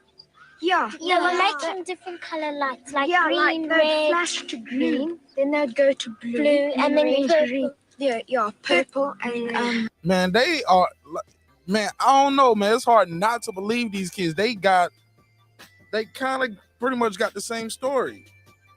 And it's hard to get that many people as adults, let alone kids, to wow. What you think? What you think, Memory? From my experience, you know, when I heard them talk about this, like this, I found it believable in the way they were describing the events. And for me, I found it further more believable just because I know that we were not exposed to Western movie aliens and stuff like that. So how do they know how to articulate this object or this thing? Tight suit, big eyes. You know, if it was the West, I'd be like, okay, we've seen a lot of alien movies. You know, we see where you're getting that concept from. But that's not the case. And this is a rural school. So this is a school out in BFE, not even in the city, you know, to add on to that. So I found them, and there were... I don't know what BFE is. I'm sorry. British Federal Empire. I don't know. Bum F in Egypt. Yeah, I don't know. I don't know what BFE is. is. Bum effing Egypt. That's where that school is. In the middle of nowhere. In the middle of nowhere, my brother. So. Wow. All right, let's play some more of this because they're gonna talk to their parents as well. Great. But it was like it was going like each one to each one, but quickly. Like look how all of them just ended together real quick. One's going t-t-t, one's going making Nicki Minaj sounds. Sound like Nicki Minaj purring right there. Like damn. going like each one to each one, but quickly. Like burn. Like they'll go there and then it'll vanish and then it'll go there and vanish and then vanish. But going quickly. Like as if it was. Now, Big Dog Willie in the chat said this was a special forces thing, a special forces, European special forces. But I asked him, did they ever confirm it or anybody said nah. Somebody said, look up what happened in New Jersey. Eddie, I need more specifics. What happened in New Jersey? Call in. Y'all up, man, everybody telling me a story to look up. Y'all should call in and tell me the story and give me some detail on how to find it. No links in my chat though. If you got a wrench, put a link in the chat. You will lose your wrench immediately. No questions asked. No links in my live chat. Somebody said it sounds like soldiers with military gear on. They was talking about the big eyes though. They said they saw the mouth. The lights. Sounds like Big Dog Willie is not a believer. He think we're alone out here. We're the only ones. Jared brought up that Big Bang Theory too. If you believe in that. I just believe it's almost like it's 5,000 over 5,000 planets out there that we haven't been to. Well, we ain't been to none of them, right? But we just here 5,000 planets out there that we don't know what's going on. We can't send equipment there, cameras. We just can count dots and say, based off what we see here, this is a planet. But we can't zoom in close enough to see what's going on. Wow. Okay. Can this drawing? Come on. Were they yellow? No, I didn't have a silver crayon. Somebody was like, "Well, the yellow shoe." Like, no, I didn't have any silver crayons. I just limited box. How about that? So I did it yellow. Yeah. So, and she was stunting on them because she's a good artist. Look at those trees. Right. She's like, look at my sketch. Yeah, she's stunning. But what happened? You came home and you told your parents. Yes. Some of them didn't believe it. My mom didn't believe me. Your mom didn't believe you? My mom. Keep in mind, there's more kids than this that witnessed it. These just the kids that probably behave in class and was able to do the TV stuff. Because we only let 3 kids come out for this stuff, but yeah, it was 60 plus kids that saw this. And I see what you're talking about. Look how rural that area is out there. Mm-hmm. Your mom didn't believe you? Oh, wow. My mom's all that space back there. I wonder how close. Is that hard? Because if you see something and nobody believes you, what happens? Yeah, you feel start, sad. You feel left out. You start to think as if it wasn't true. Yeah, and people say to you, no, it wasn't true. So you shout out to these little outfits though. Ain't that cute with their little hats on? Mm-hmm. That's our uniforms right there. You wore these too? Mm-hmm. We had to wear them uniforms. You and had hats. You had the blue with the hat? Yep. I had blue. I had white collars and the little hats and whatnot. You know what I'm saying? Mm-hmm. And these hats now these hats are just basically like Marq Nash blue bucket hats just to protect you for the sun, or what? Like, are they waterproof? Like, what's up with these hats? No, they're blue bucket hats, but it was mandatory. We had to be in uniform. Like, you had to have ankle high socks, a certain type of shoe, and your uniform length had to be a certain measurement below the knee, and you had to wear them hats. You had to wear them hats. You had to get blazers. Yeah, it was like almost military school, I guess. But Okay, let me play some more of this. It wasn't true. Then you think that you're mad. Yeah. Yeah. And after that, you get all upset. Yeah, and everyone starts teasing. And my friends over the road, when I go there and I tell them about it, they just say, "Oh, he believes in aliens. Oh, he's stupid." You see? Oh, that's so bad to do this to kids, man. In too many movies. Yeah. Was there nobody in your neighborhood who believed you? My mom and dad believed me. My granny and my granddad believed me, but People, and this is what they say. Like, why nobody else in the country saw it other than these kids? But it's very possible they can take off and go out of your sight real quick and land real quick, you know? Who knows? I think sometimes when you talk about these kind of things, you have to take out of your mind everything you know, everything you think you believe. You know what I mean? Start with an empty bag. Right. Like you're going by what you think. I remember a lot of things that we thought that was impossible in my lifetime, I've seen them come to fruition. I remember watching Total Recall, and he was talking to somebody on the phone and they was looking at each other. I was like, oh shit, that's FaceTime now. You know what I'm saying? That's Right. FaceTime. Holograms. I remember watching the show called Quantum Leap. Al was a hologram talking to Dr. Sam Beckett. I looked up years later, Tupac is performing at Coachella as a hologram. Come on now. Put a case on it. Put a case on it. All right. my uncle didn't. Where the spaceship had landed, all the insects and ants and stuff like that were all dead, and there was a huge black mark there. And my mom said it might have just been a fire there, but I don't think there was. I think it was the alien ship. Yeah.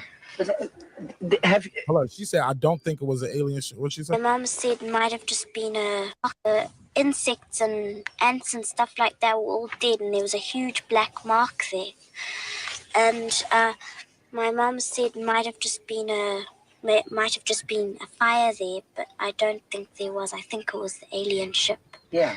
But you've gone to the place, of course, and have you seen anything? No, we weren't allowed An to. evidence, I mean, that it was there? Some other people came to the school and they went out the boundary of the playground and they went to go and see what had happened there, and they saw that the grass was burnt and all the living things had died there in that area. Even if you don't believe in aliens, right? It's really hard not to believe these children.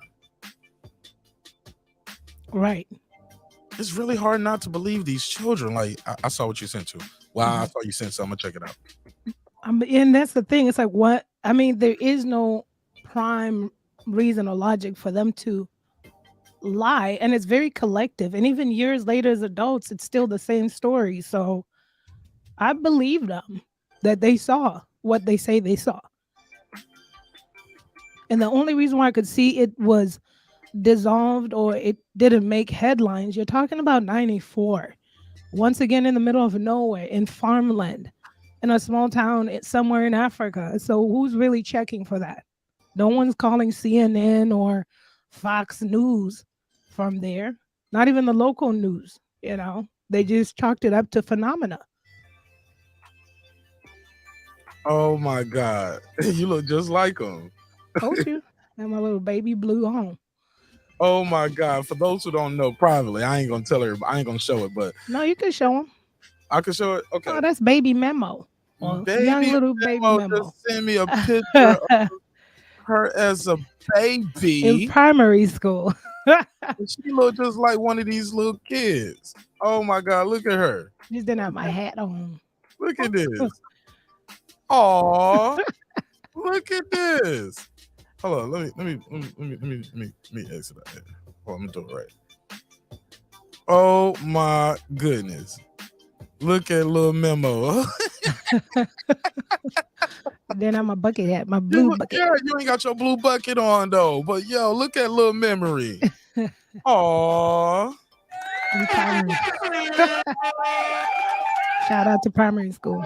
Shout out to primary school. Shout out to Zimbabwe. How Shout about out to that? Zimbabwe. This little kid right here. Oh my goodness.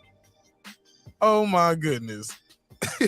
And that says, what does that say at the bottom? It says North Park. North Park grade 4 in 1991. Fourth grade. 1991. It was a good year. It was a good year. Shout out to North Park Primary School. How about that? How about that? Hilarious. All right, let me try to find this last part because they said they talked to their parents. Nobody believed them. Like you said, even if you don't believe in aliens or UFOs, it's hard not to believe these children right here. They're just so descriptive, and there's like they almost talking over each other with eagerness with the same thing. A couple little corrections here. They're like, no, it was, and he was like, yeah, but it was like dot. It was going from here to there. And it was like, yeah. Right. Oh my goodness. No. Next time, if the UFO is coming, please go to another school. No, I feel privileged. You feel privileged that you saw it? I'd love him to come back. Oh, I could have been one of the little African boys with the red bucket. Oh yeah. So the boys wore the tan and the red bucket. Look at Marq Nash. I am African. I am African. See, I told y'all. You could see them again. But only this time closer. What do you want to say? The only thing I want to know, when are we going to be on TV? Yeah. She wasted no time. I think that's a little boy, right? The boys wore the tan and the red, right? The tan and the red. Why he got on red trunk? He might have wet himself, huh? He got on the back. And I see some boys with some white buckets now. Why some people got on white buckets? I don't know. There might be prefects, or there might be, I don't know, leaders, or I don't know. Oh, they separate the leaders like that too. Like if you're a leader or something. If you're a prefect or so. What's a prefect, man? I don't know that. A prefect to me, it's like a leader. Like we mainly had it also. Well, we did have it in primary school in the last grade, 7th grade. It's people that lord it over people. That's how you explain that. You get in position. More than that, but it's like a leadership role. Right. The superior blacks. Yep. That's them governing over us. Sitting in the back waiting until I thought they was picking on them. Like I thought they might have been like, you ain't earned your red bucket yet, or you slow or something. like you special here, you sitting in the back with the white buckets. Respectfully, of course. No disrespect to kids. I ain't talking bad about kids. It just stood out like, hold up, why you don't got the red hat on? And why you got on red pants? But he might have wet himself though. All right. He was like, when we gonna be on TV? All right. I said, we are on TV. We sent you the cassettes. All right. Wow. All right. Interesting, man. Interesting. All right. So that's where we at with it, man. Some people believe, some people don't believe. Girl behind the mic, you are a believer that something is out there? I'm a believer that something is out there, and I still also have a skeptic eyebrow raised because it's still the same. I have a few of the sentiments, as I forgot, Big Willie or somebody, where you do discover, allegedly, according to different documentaries or so forth, that the government could be involved in certain projects. Like there's so many people that have disclosed during documentaries and so forth, like they were projects that the government worked. They work to emulate spacecrafts. And then you hear a person like Dr. Greer, who has put out the what was his documentaries, the Close Encounters of the Fifth Kind and so forth, when they talk about, he specifically talks about alien encounters. I'm not saying his word is bond or the government's word is bond, but it just makes me think like, interesting, because what I do know for a fact is that militaries are always advanced, or service departments of countries, especially the West, especially in America, they're always advanced. And I did hear that it had a spacecraft, or in the space, somebody, I don't know what documentary it was, where they showed the first spacecraft that was mimicked from, and they say some of these technologies, of course, are taken from original findings from the ones that do fall and so forth, and then the government tries to emulate the technology and so forth and so forth. So that part, I'm aware that there could be something interesting there, but at the end of the day, I still do believe that there is other supernatural forces out there. Do you believe that, you ever heard of Bob Lazar? Bob Lazar. Name sounds familiar, but no. Oh, goody. I was perfect. I'm gonna share something real quick. Let me try to find one. He has a documentary. You got Netflix, right? Yes. He got a documentary on Netflix. He did an interview on Joe Rogan. He talks about how he He worked at the Area 51. It's a movie about him on YouTube. Like he was in the news for a rocket. He had basically put a rocket ship on a car. And basically people reached out to him and stuff like that. I'm probably messing the story up a little bit. But people reached out to him and he started working at NASA, right? Hold up. Basically, it sounds like they deleted a lot of his life though. Like there's no record of him there. Some people don't believe he's real, some people don't. Let me see Bob Lazar. First thing popped up was Joe Rogan. It's just so much, man. I'm trying to figure out where to bring you in it. Let me see if I can we saw a trailer? Netflix. Let me see what this is real quick. Oh, they got this whole movie right here. Boom. We gonna watch the movie. I'm trying to figure out what part to bring you in on his story. Let me see. Who is Bob Lazar? Maybe I can find something that's like to give you a 2-minute wrap up. Some people think he's bullshit. Some people like, yo, this kid is. Here we go. Let's go to 3 years ago, 1989 Bob Lazar interview. Let's look at one of his old interviews. There we go. Boom.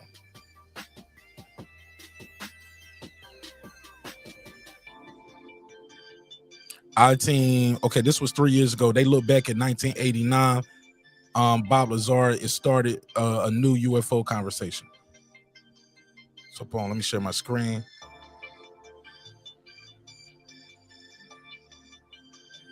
Shout out to Sam. He said, man, I'm glad black folks are finally catching on. Hey, look, somebody else said that earlier. He was like, man, I'm disappointed that it's not more black people involved in this conversation and stuff. I don't want to turn it into like a quote unquote a color thing, right, girl behind the mic? Because then the conversation goes somewhere else, right? What are you laughing at me for? What you laughing for? What you want to talk about the inferior blacks to the versus the superior blacks? Yeah, I don't want no, I don't want to do that. I don't want to be that guy. I think it's about having a conversation. And once you have the conversation with people, you bring people in. Some people are going to have the conversation. Some people going to want to be involved. Some people not. But it's no different from just any other things, whether it's belief in certain exercise, certain health things you should be doing, the way you eat, some drink, smoke, like whether you pray, who do you pray to, how do you like it can go into so many social structure type conversations, you know. And I'm like, damn, man, I want to stay on the aliens right now. I ain't letting these aliens off the hook. Nigga, what? I ain't letting these aliens off the hook. I'm gonna find you. All right. But seriously though, I get it though. I think sometimes in the black community we don't talk about stuff like this because people we have enough quote unquote conspiracy theories that we got to deal with in life, period. You know, the government put crack out here. You know what I'm saying? Mm-hmm. Like to destroy the black community. They invented AIDS for black folks, but it just happened to come back. You get what I'm saying? It's so many different conspiracy theories that are just tied to black folks. I've heard some people say slavery didn't exist. Or okay, it might have existed, but they didn't get people from Africa. They just enslaved. There's so many conspiracies that black folks already deal with. So I'm like, man, I'm gonna leave that shit alone. When it comes to this, we can talk. We can talk about those issues when we talk about those issues, like and what we need to do or what we can do. But yeah, man, I don't want to shit on the black folks who don't want to believe and they don't want to talk about aliens. It's all good, and they're right. Right. I see you on the next episode. Shit. We'll be talking about moon landings. We're going to be talking about JFK, 9/11, and the jab. Hip-hop murders as well this week. So we got a lot of these conspiracy theories we're going to run through this week. So today is aliens. I don't know which one I'm going to do tomorrow, but it's going to be this week. Like I said, we're going to do the hip-hop murders. Is it a conspiracy by the labels to kill these artists? Like, to get out, you know what I'm saying? Who got killed, like even with Whitney, and I heard people say Whitney, Michael, Prince, all of them got killed, you know what I'm saying? So we're going to talk about those murders in music and deaths in music. And so we'll talk about that. Definitely got to talk about that moon landing, JFK, 9/11, and the jab. So yeah, we're going to have some fun with this week right here, Conspiracy Theory Week. Or, what as Deuce would say, alternative narratives. 30 years ago today, KLAS aired a live interview with an anonymous man who made some. So I better watch it live because I'm probably gonna get some strikes. So I got to delete this. As soon as this live is over, it's gonna be deleted tonight. So y'all gonna have to watch it on the backup channel. So as soon as it's over, it's gonna get deleted probably. Really astonishing claims. He alleged that the U.S. military was secretly studying alien technology out in the Nevada desert near a base that is now very well known all over the world, Area 51. A lot has changed in the decade. Right, it's like a 51st state that niggas can't go to. Citizens cannot go, and we pay taxes for it. That's kind of weird, right? Yep. But Super they make weird. a military installation, so that's what it is now. Since Bob Lazar first told this wild story, the Pentagon recently admitted that it really has been secretly studying UFOs. And what? Did you hear this? Right, who U.S. government? Right over that. She just glossed right on over it. Story. The Pentagon recently admitted that it really has been secretly studying UFOs, and then it wanted to figure out and duplicate that technology. Checkmate. Checkmate. What we've been hearing for a long time, and that's what I was saying. A part of me, and that's the thing with conspiracy. Conspiracy was developed by the CIA in the 1940s, 1945, whatever. Google it.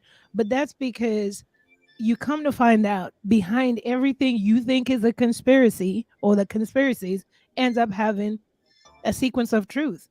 You know, I mean, this is what people were saying, and that's what I was saying earlier. That some of these documentaries I've watched with whistleblowers, they have repeatedly said that they were taking alien technology, that the government is in cahoots with aliens, that they have had these contracts. Just the rabbit hole goes deep and stuff that we don't know. And that's why I said part of me, I'm not so taken by the technology. Like when people see something we've never seen in the skies, even when I saw what I saw, I questioned it. Because sometimes I'm like, is that the government messing with me? Is that the new tech? But encounters, that's interesting. That's supernatural to me. But I know the government be messing with our minds. You know what I'm saying? So that's why I'm just like, and then slowly but surely, they're revealing this. Just like Elon Musk said, every conspiracy you heard about Twitter is true. Just saying. Man. What about they stealing your information? They listening all the time. Yep, he said he came out. He has a clip out here that he said every conspiracy you've heard about Twitter is true. But for years, before he took over the company, he said this? You could probably Google it and find it. He said every conspiracy you've heard about Twitter is true. And for years, they try to gaslight us about Twitter. Oh, no, try to hide all this information, do all this other stuff. Yet people were out here talking about Twitter. And he said it out of his own mouth. He said every conspiracy you've heard about Twitter is true. And he owned the shit. He said, and he owned this. He said, I had to buy this shit to find out what was going on. They said, we ain't going to tell you unless you own the company. You're right. Say, get this bullshit off our hands. Give us some billion. Give us some money. He was like, no, I want out of this deal. I don't want to own Twitter no more. I just want to know the secrets. Right. He was like, y'all lied to me. Y'all. He said he was like, with so many bots. He was like, man, there's so many fake accounts on this shit. He was like, man. It was like, nah, you got to buy it now. You stuck with it. And the government made him buy it. Remember, the government was like, look, we're going to sue you. Right. You're going to lose because you went out and it was public that you was buying it. And it changed the market share. It changed the way the market moved.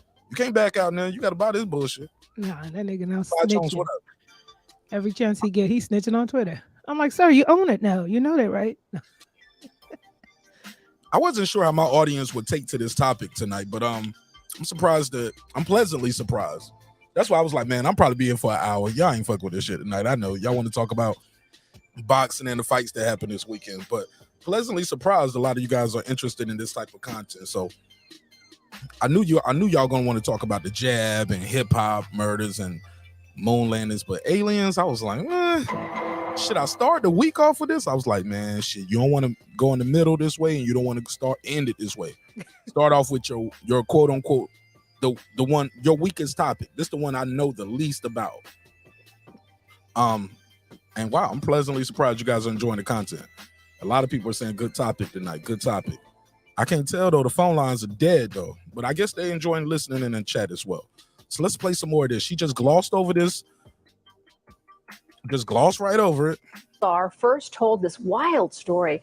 The Pentagon recently admitted that it really has been secretly studying UFOs, and then it wanted to figure out and duplicate that technology. George Knapp looks back at that 1989 interview that started a whole new conversation. It's totally impossible. The propulsion system is a gravity propulsion system. The power source is an antimatter reactor. This technology does not exist at all. The claims sounded like Hollywood sci-fi. Months later, when his identity was revealed, Bob Lazar said he worked at a secret facility near Groom Lake, where alien technology was being reverse engineered, that is, taken apart to figure out how it worked and whether the Pentagon could duplicate it.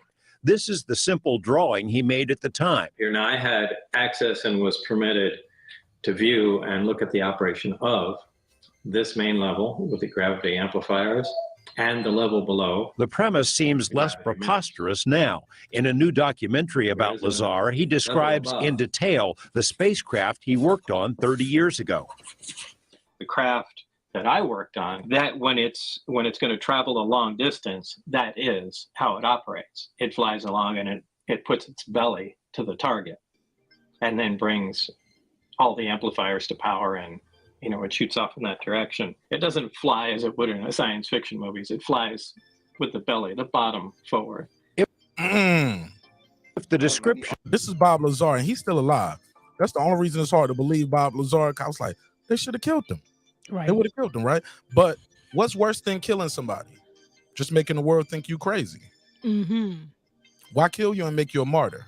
Of a spacecraft tilting sounds familiar. Take a look at the so-called gimbal UFO, a video released by the Pentagon in 2017. Naval pilots encountered a fleet of these unknown craft off the coast of Florida in 2015 and have since had dozens of similar encounters. The spike in UFO incidents prompted a recent policy change by the Navy, which announced it wants to encourage its pilots to report future incidents. Pentagon.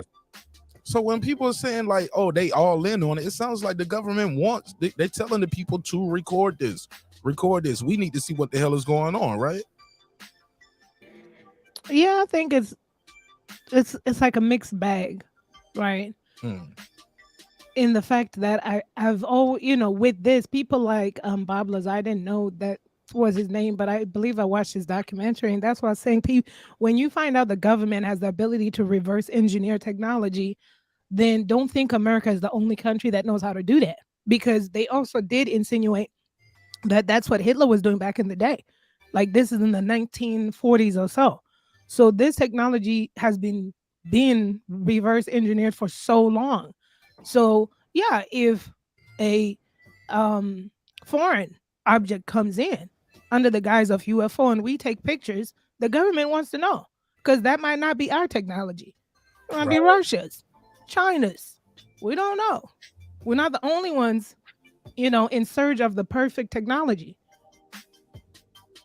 Absolutely not. And then once they get that information, they then disinform it. Oh, that was just, like the guy say, trash bags in the freaking trash bags in the sky. Like what? That's crazy. Officials reluctantly admitted to the New York Times 17 months ago that the military has secretly studied UFO incidents, in part so it might figure out the technology. In the gimbal video. That's it. That's what we was talking about earlier. The AATIP, Advanced Aerospace Threat Identification Program. Like you just said, Memory, they want to know what the hell is going on too. But it could be, maybe they know this shit is out here because they have one. So maybe it's one in another country, it's someone here. Maybe they're trying to break it down too. I don't know. Who knows? Maybe people are seeing them in other places and their government is taking it serious. Who knows? There's a mechanistic. Some people believe black people are aliens, right? Low key. You never heard of that? I've entertained it. Low key. People are the aliens. I've entertained it low key. What? What? Let's go. Tell me. I mean, I said, listen, I've always said, don't be surprised if the for real spacecraft lands up in here and there's niggas coming up out that spacecraft, because I won't be surprised. I ain't gonna be surprised. I'm not gonna be surprised. I'm just saying. Sometimes I question if all the methodologies that have set in place to say, oh, we're looking out for spacecrafts, is it to keep them out or to keep them from coming in? Which one are we doing? Or keeping them from coming back. Coming back. That's why I'm like, I don't know. It's just because look, when they describe some of these aliens, big head, high cheekbones, big locks. eyes, No, I'm just kidding. little mouth, I was like, hold up, nigga, that ain't nothing but an Ethiopian, nigga. Nigga ain't nothing but an Ethiopian, nigga. Get out of here, nigga. Ethiopian. I'm joking. Now that's what's gonna get me in trouble. Little jokes like that. Little joke like that. But do you know in the niggas, that's what clips call them space. Right? I'm just saying, I won't be surprised. Spacecraft gonna pull down here on dubs and whatnot. You know what I'm saying? Just low riders, tinted windows, just swooped up spacecrafts. Right, they ain't even green. They just blue. Somebody said they just blue black niggas. Blue black. We seen it before. We seen blue people. Look, I remember somebody used to say blue people or something. And you can look up real blue people right now. These people are bluish looking. You ever seen that? Mm-hmm. You ever seen a blue person? They got blue black people in Sudan, parts of West. Mm-hmm. This man is blue people. Let me pull it up on Google Images. Look at these folks, man. Looking like it's a blue man, yo. This was a blue man. He was on Dr. Oz and shit. You ain't never seen this blue dude on Dr. Oz? Mm-mm.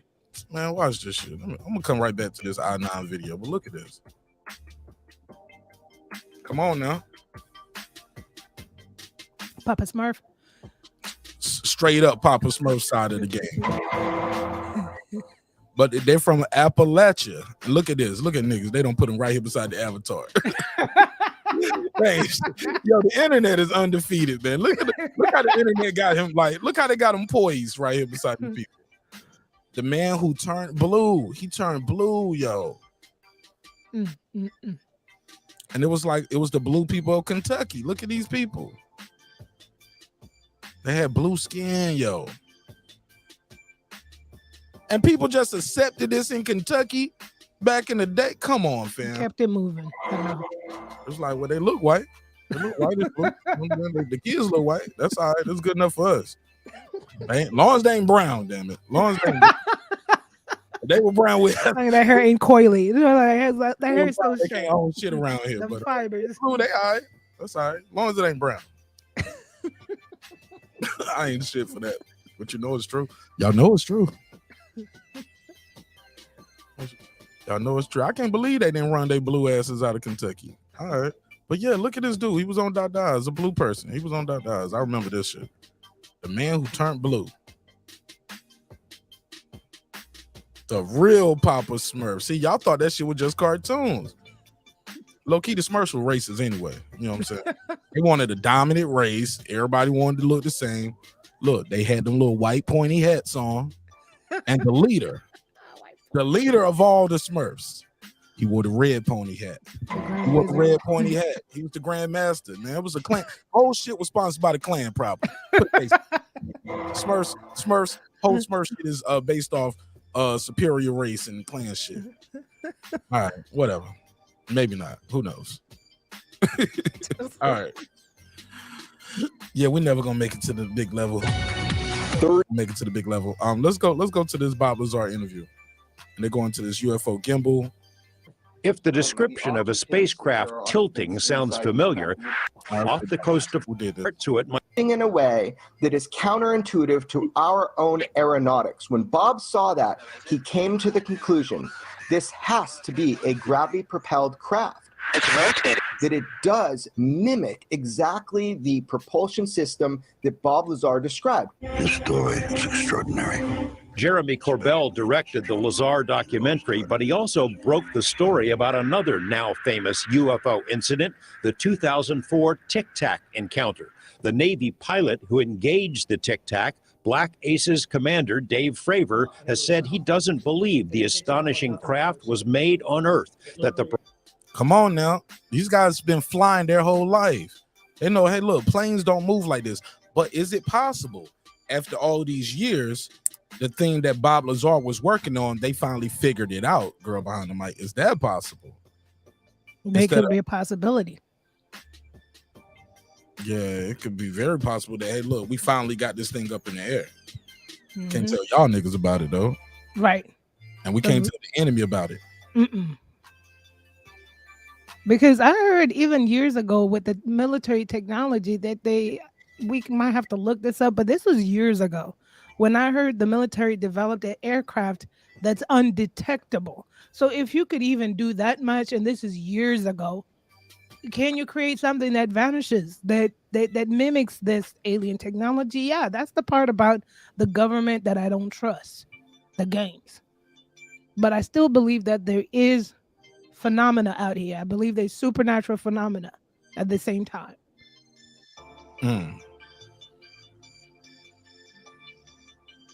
Wow. All I'm saying is, how can I say this? How come niggas ain't never getting abducted? That's all I want to know. Like, how come we can't be the ones getting abducted? That's what led me to believe it's a government thing. You don't get abducted back to your mama house. You just go home to visit. Or you go home when you get buried. Or you go home, you know what I'm saying? You don't just... That's what had me raising my eyebrow. That is government experiments where they go get their own. Because everybody that come out being abducted is white folk. I ain't seen no nigga say I was asleep and then I felt a heavy light pulling me up out of my sleep and taking me here and taking me there. I just always hear white people and then experimented on them. And I'm like, dang, we ain't good enough to abduct. I want an alien experience. Which is crazy, but niggas don't get kidnapped for the most part anyway. For the most part, facts. No, we're not. We ain't going for that. What somebody said, we make poor bargaining chips. Don't they want to experiment on our DNA, on our genetics? I'm like, that's why I was like, this is government. Hold up, but that's a whole nother thing, and that's a real conversation. They have this convention that I thought it was capped. Somebody sent it to me, and I can find it online. They sent it to me a while ago, but I know how to find it. But basically, they study melanin, how it protects you from the sun. Yeah, I heard it's a whole study on it. So how come they abducting us by the droves? Because I was like, how come we don't? I want to get abducted just one time and bring me back. Bring me back. Let me bring you back now. You know what I'm saying? They be having all kinds of experiences. I'm like, dang. That's why I was like, this must be the government. It's the government. Or maybe when they experiment on black folks, they don't bring us back because it is a lot of missing black women people. That part too. That's what I think. That's what I be thinking. Black women get missing, yo, and they just never are heard from again. Out here creating a super hybrid. You're on shit for that one. I present to you Shaquille O'Neal.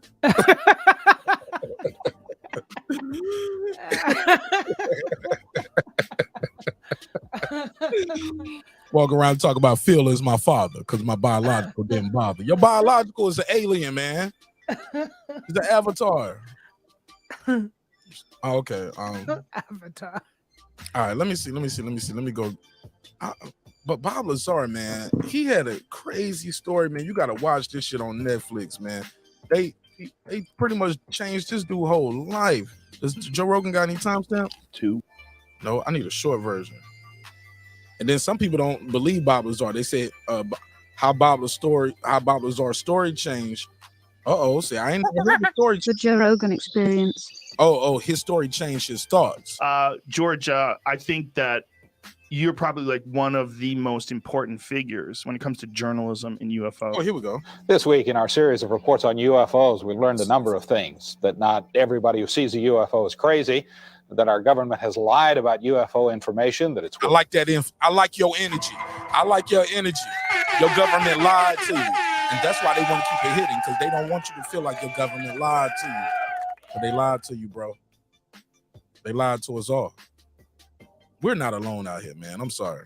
Withheld. I don't think they can give us that information. Like, look how long it took for them to tell us about the truth about Vietnam. Right. For years we thought it started over the Gulf of Tonkin. They bombed one of our ships. They bombed my battleship. Turns out it was a lie. It was friendly fire. It was an accident. Mm-hmm. President just wanted a reason to get into the war. Pearl Harbor, for years, the Japanese did us dirty, and it was a crazy attack. Oh my God, the president, we know now that the president knew about the imminent attack and he let it happen because he needed a reason to get into the war. We've heard that about 9/11. 9/11. We heard about that. But you can't just go to war. You got to give the people something to fight for. You got to have to make the people upset. Like it was I remember Kennedy. They said Kennedy turned down a false flag operation. He was like, "We're gonna do what? Hold on. So we're gonna just blow up a plane of people and say some other people did it?" That's why he had to go. For one of the reasons, he wasn't with the flow of what they were doing, so they had to eliminate him.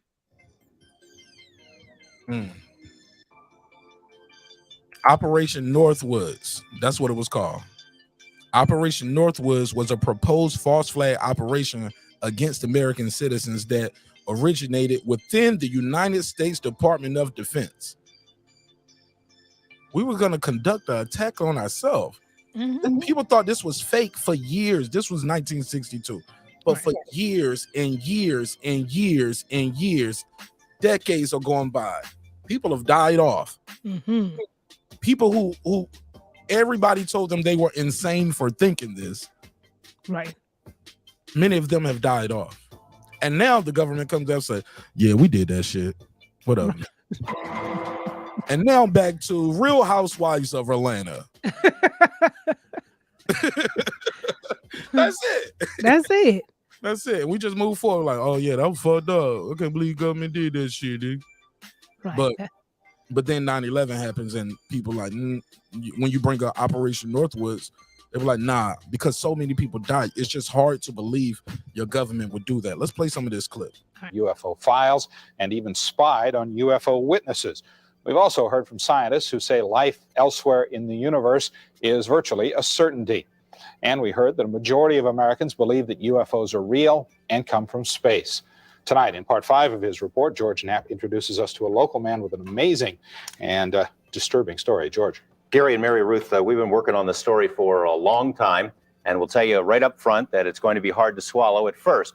This week, we've heard the contention of UFO researchers that there's a secret government within our government. While that may be hard to believe coming from the UFO perspective, we've certainly learned in Watergate and the Iran-Contra scandal that factions within our government can and do pursue their own hidden agendas outside of the law, outside the control of Congress, or the knowledge of the American people. This is exactly the type of operation we'll hear about tonight. It's a chilling scenario with worldwide implications. Let's fast forward to all this. To take a peek at what's going on. These photos, never before shown in public, are about as close as anyone will ever come to seeing what the place looks like again. Oh yeah, because they don't build all kind of walls and shit up around there, and they just kept moving the border back from Area 51 too. Shoot your drone down. It's a guy on YouTube. They took over control of his drone. Oh wow. And took his drone. Will ever come to seeing what the place looks like again. The dry bed of Groom Lake, corrugated metal buildings, a 3-mile-long runway, and some highly sophisticated radar and detection equipment. It's been known by many names over the years: Dreamland, the Ranch, the Skunk Works. If ever there was a place to test a secret new technology, this is it. And that's exactly what's been done here for decades. Area 51 is where Francis Gary Powers and the other U-2 pilots were trained in the 50s, and where the U-2 itself was developed. The SR-71 spy planes that spotted Soviet missiles in Cuba in the early 60s were also developed at 51. 51 is where stealth technology was nurtured, where Star Wars devices are still tested, and where all manner of CIA monkey business has been plotted and refined. It's the perfect place for secret things, but of course, that's no secret. 51 is ringed by the forbidden vastness of the Nevada test site, by the looming Groom Mountains, and by sparsely populated desert expanses. The few people who do live out here have no love lost for the military, but I couldn't live out there. Let me just pause, homie. I couldn't live out there. There's all kind of tests and shit that might be happening. And those people come to work probably with a suit on, or they probably got a shot or a jab or some kind of vaccination to protect them from whatever's going on. I couldn't live that close to Area 51, yo. Oh shit, Reggie Owens might be an alien. He out there in Nevada. He out there. He out there in the desert. They're conservative, patriotic. It's Nevada, right? And they mind their own business. Yeah. You ever see stuff you can't explain? Sure. Lots of stuff. Care to elaborate? No. On any given night at the Rachel Bar and Grill, you might find 3 or 4 people who work at Area 51. There amid the flowing Budweisers and cowboy hats. You might find them, but they aren't going to talk to you. Not about the things they've seen over the mountains. A steady trickle of curiosity seekers flows through here. Strangers drawn by strange stories of lights in the night sky. Come on, fam. Their questions also go for years that alien technology is being tested in the Nevada desert. And that's what Bob Lazar, man, that's what I'm looking for. I want to hear that I'm looking for Bob Lazar describing. Okay, here we go. I see him. Job at S4 also has no records. It's as if someone has made him disappear. Okay, there we go. Let's rewind. Physicist at Let's rewind. his superior at Groom Lake. It wasn't a joke in Nevada. Things that would make filmmaker George Lucas drool. Despite the speculation, no one who knew Area 51 from the inside ever talked publicly about the saucer stories. Until Bob Lazar. Hold on. Let me see what this is. 706. What's your name? Where you from? 706. You got to turn down your YouTube in the background. Yeah, I got it. It's your boy Slide Jones. What's up, Mark? Slide Jones, welcome home. Welcome home, neighbor. Talk to Yeah, what's up, young lady? Glad to be on the panel. Man, I love the topic tonight. And there were some things that you had brought up a little bit earlier that really got my attention.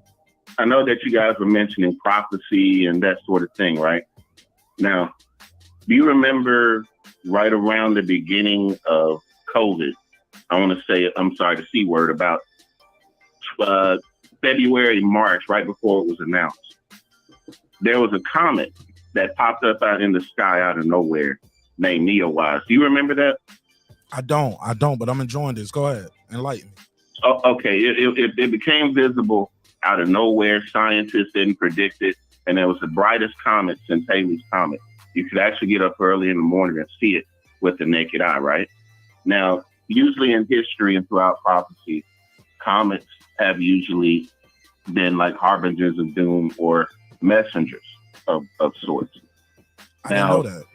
Back in 2017, when Fauci was in office, he said in 2017, I can link you the article, that there was no doubt that Donald J. Trump will be confronted with a surprise infectious disease outbreak during his presidency. Now, that article was written in January 2017. You want to know what happened in December 2016?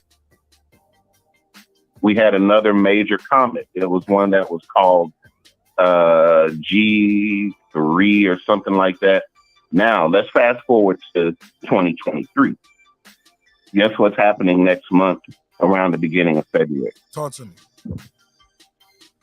We have another visible comet coming in the sky again. You think the comets are bringing disease? I'm just saying that throughout history, anytime that we've seen comets. I'm sorry. Go ahead. I'm sorry. Yeah. I don't really prescribe to astrology with the L. You know, I don't really believe in. I'm a Virgo, so I should marry Libra and all this kind of stuff. But what I do believe is in prophecy, as far as the Bible, the Quran, where they say there will be signs in the heavens and the earth. I think sometimes the difference between us and the people in the know are that they know how to interpret those signs. And I think that as we learn to interpret those signs, we can see these things coming. Every major pandemic, just about in the past 20th century, has been preceded by a comet, signs in the sky, things happening in nature. Like, for instance, Mecca. It snowed in Mecca recently. People don't even believe the footage, but it snowed in Mecca. Could that be global warming, though? Because, right. And it is effective global warming. But those signs are also in prophecy. So, even if people don't believe in, say, like, again, if they don't believe in astrology, if they don't believe in hocus pocus, if they don't believe in conspiracy theories, there is some validity to what we find in biblical, Quranic, rabbinic prophecy. And the comets And like I say, the signs in the heaven and the earth have been clear. Like I say, December 2016, next month, Fauci makes an announcement. How did Fauci predict the C word 3 years in advance and have it hit so hard 3 years in advance? I got the article. I didn't make this up. It's not a conspiracy theory. It's actual fact that's on paper. 2017, Fauci said that Trump would be faced with a global pandemic. So, like I say, man, I just think that we need to start looking up. I'm not telling anybody to be religious. I'm not telling anybody I'm just to believe saying, in look, anything. I could tell my wife 9 months later, a baby coming because I know I made it. Right. Put a case So on how that. do you feel about the difference between, because, when you mention life, intelligent life forms outside of Earth, it's my belief that, you can't be religious unless you believe that there are other life forms, because angels did come and bring prophecy and bring us these messages. They came from somewhere, which meant that they were extraterrestrial because they didn't come from Earth. That's so to be deep. religious, I never you almost looked have at to it. I believe never looked in at it that way, Sly aliens. Jones. I never correlated the two like that. Where I Yeah, looked at because where, because back then you would think you can look at it like an angel, but it could be an alien. Right, and the Anunnaki, you had the messengers that left the messages, and then they left what they looked like. Those animal man hybrids, all the way back from the Anunnaki, all the way up to the Sphinx. And you got that same image of that same beast, from the dragons in China to the statues in Peru and in Lima in South America. There's a link there. There has to be. Those things are way too similar for those things not to be similar. Yeah, I don't think they necessarily got the little big heads, little big eyes, pig noses, little mouth, scrawny neck. I don't know. I don't know how I think they look. I think they can walk among us, maybe. I don't know. Or maybe they can't walk among us yet, and that's why they might just be here studying. But they could also be as small as a mite. They could be as small as dust. We always look at life as being something with lungs. Yeah, but these some big ass ships though. Yeah, that's true. And the Bible mentions chariots of fire. And then somebody in the chat had mentioned about coming out of nowhere. I didn't mean to say it so simply. I know comets don't come out of nowhere. They're in 5,000 to 6,000 year rotation. So I don't mean to say it like that. But Neowise did surprise scientists with how bright it was and how close it came. Okay. So and it wasn't predicted at all. So I didn't mean to generalize it like that. But I just wanted to clarify for Big Dog, Dog Willie. Oh man, don't worry about it. The chat gonna chat, man. That's what they do.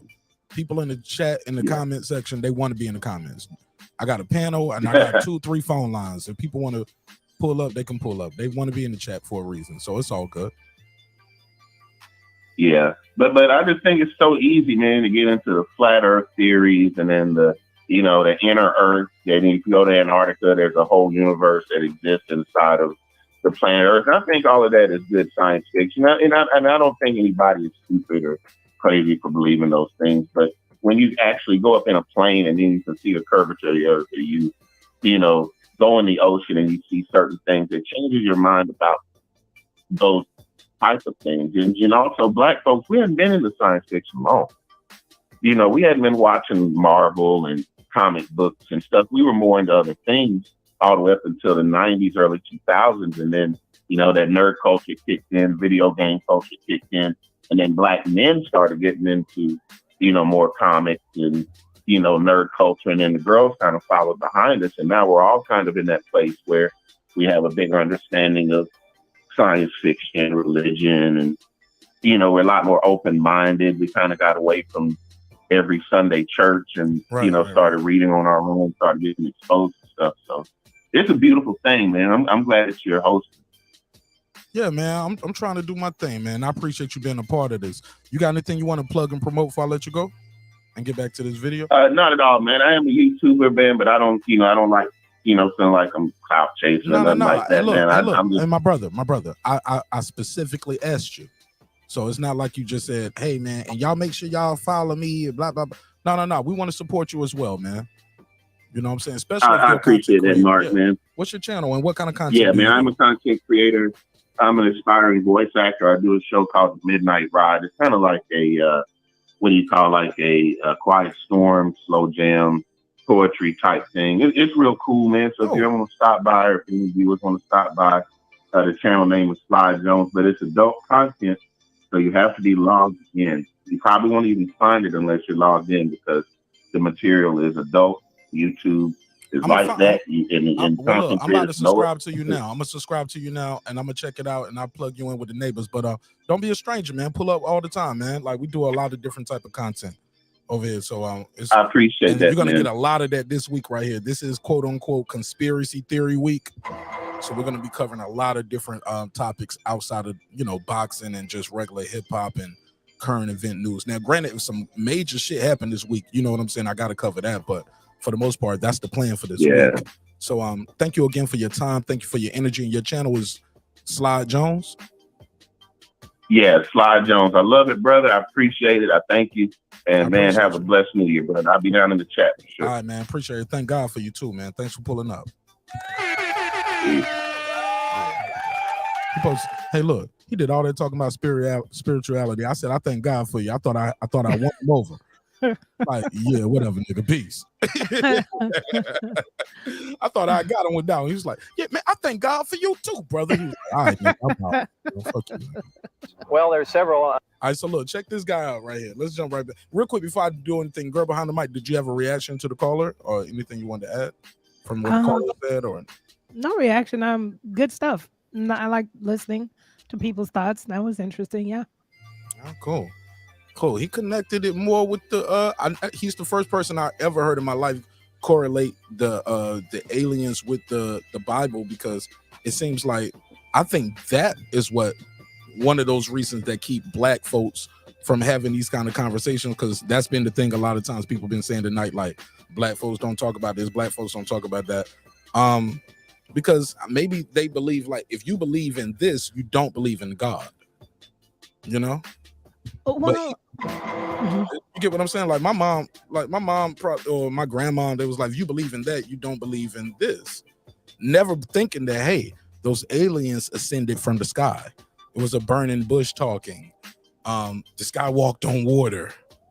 He turned water into wine. He doing magic like the plague. Like this dude had a staff. He parted the water, and you don't think like none of that stuff could have came from this. You know, it's always like God. You believe in God, but God did miracles, right? If you believe in everything that's in that Bible cover to cover, there's some miraculous shit going on there. Right. And perhaps maybe I think, and it's my personal take, that two things can exist. You can have a fundamental belief in religion, Christianity, and also because a fundamental belief in religion or Christianity is believing in an unknown, the supernatural, a deity that's supernatural. You've not seen God, but you believe in God, right? And I'm not saying people should think that way. It's just my thought processing mechanism. So therefore, who's to say that the supernatural phenomena doesn't exist? But I was having this exact eerie talk yesterday, because I said, because there was, every culture has a different something going on. So that's why sometimes the supernatural phenomena is not far removed. In my culture, growing up, and I was talking to somebody yesterday, because that's what we're finding interesting, where there was a lady who talks about being initiated in the underwater. And growing up, we grew up. My mother is 60 some years old. She believes in mermaids, but she's a pastor. The people that believe in Christianity, and yet they have the cultural connection, which was the whole thing when we grew up.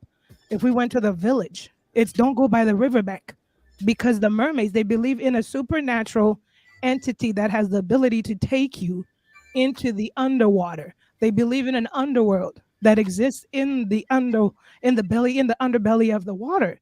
That's supernatural phenomena. And then when I was talking to that person, because the girl was saying, she was an African girl from Kenya, and she was saying that she met Satan in the underworld. They went to this river, the River Nile, a specific spot where the water was flowing one way. She showed us on video, and there was a circle, which I would consider a portal, but she was articulating it as a door. They were sucked into this door, which I call a portal, and she was in another world. She described it as hell. And I said she describes it as hell because she can articulate it between most people that believe in religion. If she was Islam, she would probably describe it between that, that religion, whatever that looks like. But she's Christian, so she said she went to hell. The only thing that's so horrific for her to describe it is hell. But then you come to the West, and people would tell you of underwater worlds and tell you that it's a portal. There's a portal in the Bermuda Islands. That's the other rhetoric. You see what I mean? So it's cultural beliefs meet the same thing, which is supernatural phenomena.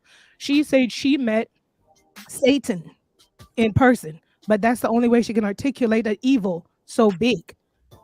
And he was drinking a cup of red blood, eating human meat. That's who she went to get sacrificed in front of. But when you come to the West, they'll tell you that there's a species called Draco reptilian, big entity, 7-8 feet. They live in the underworld. They hate human beings. So to me, I was just looking at the analogies because she can relate it to her Christian background because she can't articulate it any other way. But some Western culture or people that know about the underworld or the Draco reptilians or whatever the case is will tell you, oh no, that's the Draco reptilians. They also hate human beings. They eat human flesh. They drink human flesh. That's another supernatural phenomena. So I think it's just what you believe. And my whole entire point saying that I think it's all, you can have two things existing because it's all supernatural phenomena. Okay.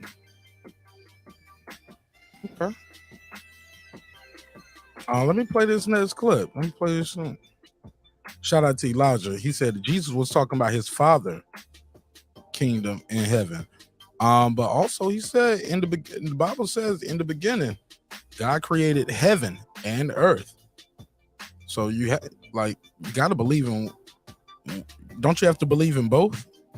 If you believe in your Bible, because you see earth, you don't see the heaven, but in the beginning, God created heaven and earth. And some people say heaven isn't just like a magical place where you go when you die. Like, no, it's everything that you see above earth.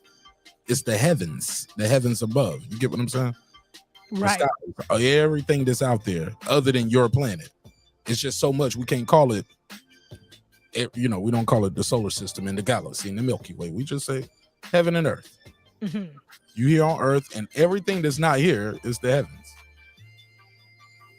Interesting. I don't know. Shout out to everybody's pulling up. Y'all go sub to my boy Mike Jones. I said Mike Jones. Who? Mike Jones. Sly Jones. Check out my guy Joe and Mo and everybody over there, the iTalk family over there. They also have Ladies of iTalk too, and the ladies got a dope channel too. So check them out. Let me play some more of this audio. Let's go. Actually 9 flying saucers, flying discs that are out there of extraterrestrial origin. The live interview with the shadowy dentist drew international attention. Portions were broadcast by radio in 6 European countries and in a nationally televised TV special in Japan. Actually 9 flying saucers, flying discs. So he ended up coming out and showing himself. And he looked alien as hell his damn self. He said, I know there's aliens out there because I came on that damn shit. A young scientist with eclectic interests. The choice of Dennis was an inside joke. He says that's the name of his superior at Groom Lake. It wasn't a joke to Dennis. He called right after and said, do you have any idea what we're going to do to you now? And I said, well, no. He hung up the phone. Oh, okay. So Dennis was his boss. And he just used a fake name and used his boss name. He ain't shit for that. Let's go. The choice of Dennis was an inside joke. He says that's the name of his superior at Groom Lake. It wasn't a joke to Dennis. He called right after and said, do you have any idea what we're going to do to you now? And I said, well, no. He hung up the phone. Lazar's story is by any standards fantastic. He says he's telling it in order to protect himself. He says he was hired to work at an area called S4, which is a few miles south of Groom Lake. At S4, he says, are flying saucers, antimatter reactors, and other working examples of technology that is seemingly beyond human capabilities. Right. This came from somewhere else. I mean, as bizarre as that is to believe, but I mean, it's there. I saw it. I know what the current state of the art is in physics, and it can't be done. Checking out Lazar's credentials proved to be a difficult task. He says he earned degrees in physics and electronics, but the schools we contacted say they've never heard of him. He also said he worked... The school hit him with the... You never heard of it. Yo, they deleted his credentials, but look, some things they can't delete though, because people saw it. Like this guy built he built the rocket and attached it to like a Pinto or Ford Explorer. I mean, a Ford Escort or some little hatchback car. Like you can look that up. That stuff they couldn't delete because that was public record. It was all over so many news channels, and he was, you can find like he does know how to build rockets in his garage. You get what I'm saying? So that's something you can't take away from him. As a physicist at Los Alamos National Lab, where he experimented with one of the world's largest particle beam accelerators, a half-mile-long behemoth capable of generating 700 million volts. Los Alamos officials told us they had no records of a Robert Lazar ever working there. They were either mistaken or were lying. Ha! Checkmate. Watch this. A 1982 phone book from the lab lists Lazar right there among the other scientists. Got him. See what I'm saying? They trying to remove him. They can't. But trying to discredit him. You can't try to discredit him. Listen to the news. No records of a Robert Lazar ever working there.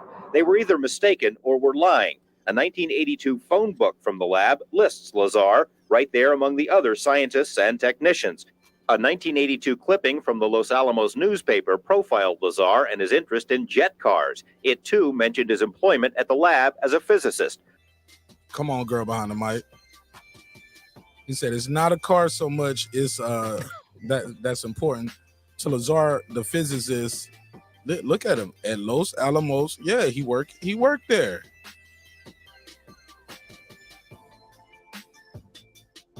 When he was working on another researcher, working with another researcher in NASA on the technology. And his interest in jet cars. It too mentioned his employment at the lab as a physicist. We called Los Alamos again. An exasperated official told us he still had no records on Lazar. EG&G, which is where Lazar says he was interviewed for the job at S4, also has no records. It's as if someone has made him disappear. Well, they're trying to make me a non-person. Explain. You called where? Well, the schools that I went to, the hospital that I was born at,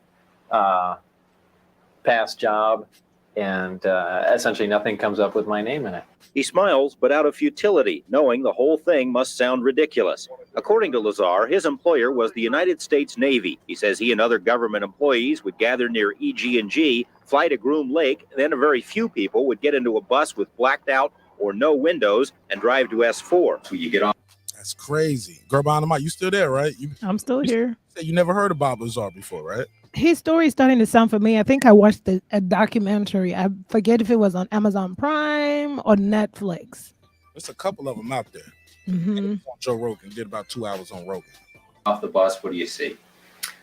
Very interesting building. It's got a slope of probably about 30 degrees, which are hangar doors.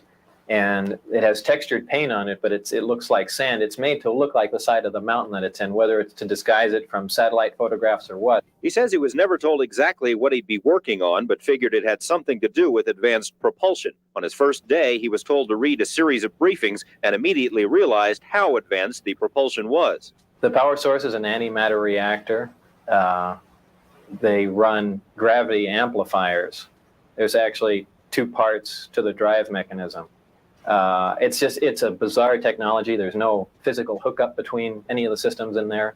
They use gravity as a wave, using waveguides, almost like microwaves. It took a while, Lazar says, before he actually saw one of the flying discs. However, there were hints everywhere. Right. They had a poster, and it looked like a commercial poster almost, like it was lithographed, and you could buy it at a Kmart or something. But they were all over the place, and it had the disc that I coined the term the sport model, was lifted off the ground about 3 feet at area S4 on the dry lake there, and the caption on the bottom said they're here. And those are just all over the place. Later, he got to see the real thing. When I was let in, it was the first time I saw the sport model in the hangar sitting down, and I was told They could have walked me in the front door, but they purposely wanted to walk me by it. I was told not to say anything and just keep my eyes forward and walk past the disc into the office area. And I did. And as we went by it, I just kind of stuck my hands on it just to run it alongside the thing. And, that was about the smallest time. After that, I got to see it actually lift off the ground and operate. But you also, in between that, you saw more than one. Yeah. The hangars are all connected together, and there are large bay doors between each one. And there were 9 total that I saw. Wow. Now, are all 9 of these, did they come from space? We don't know. Maybe not.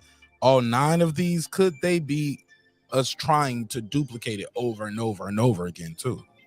You get what I'm saying? Right.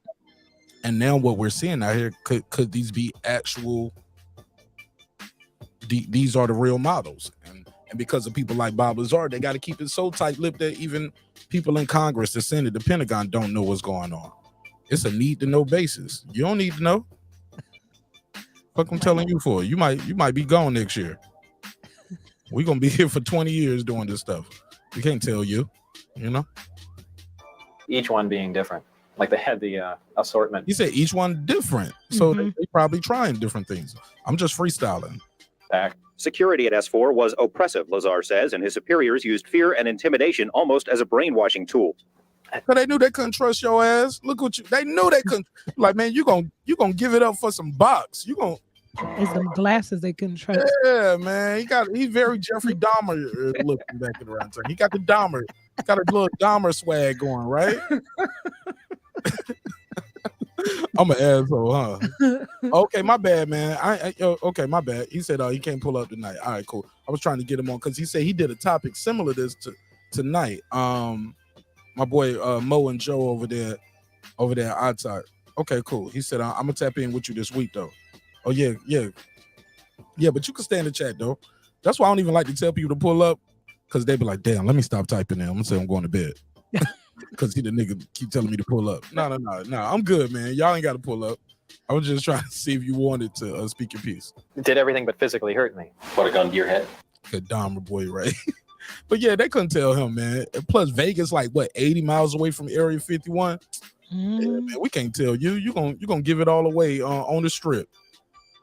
Yeah. And said what? Actually put a gun to your head? Well, they did that even in the original security briefings. They had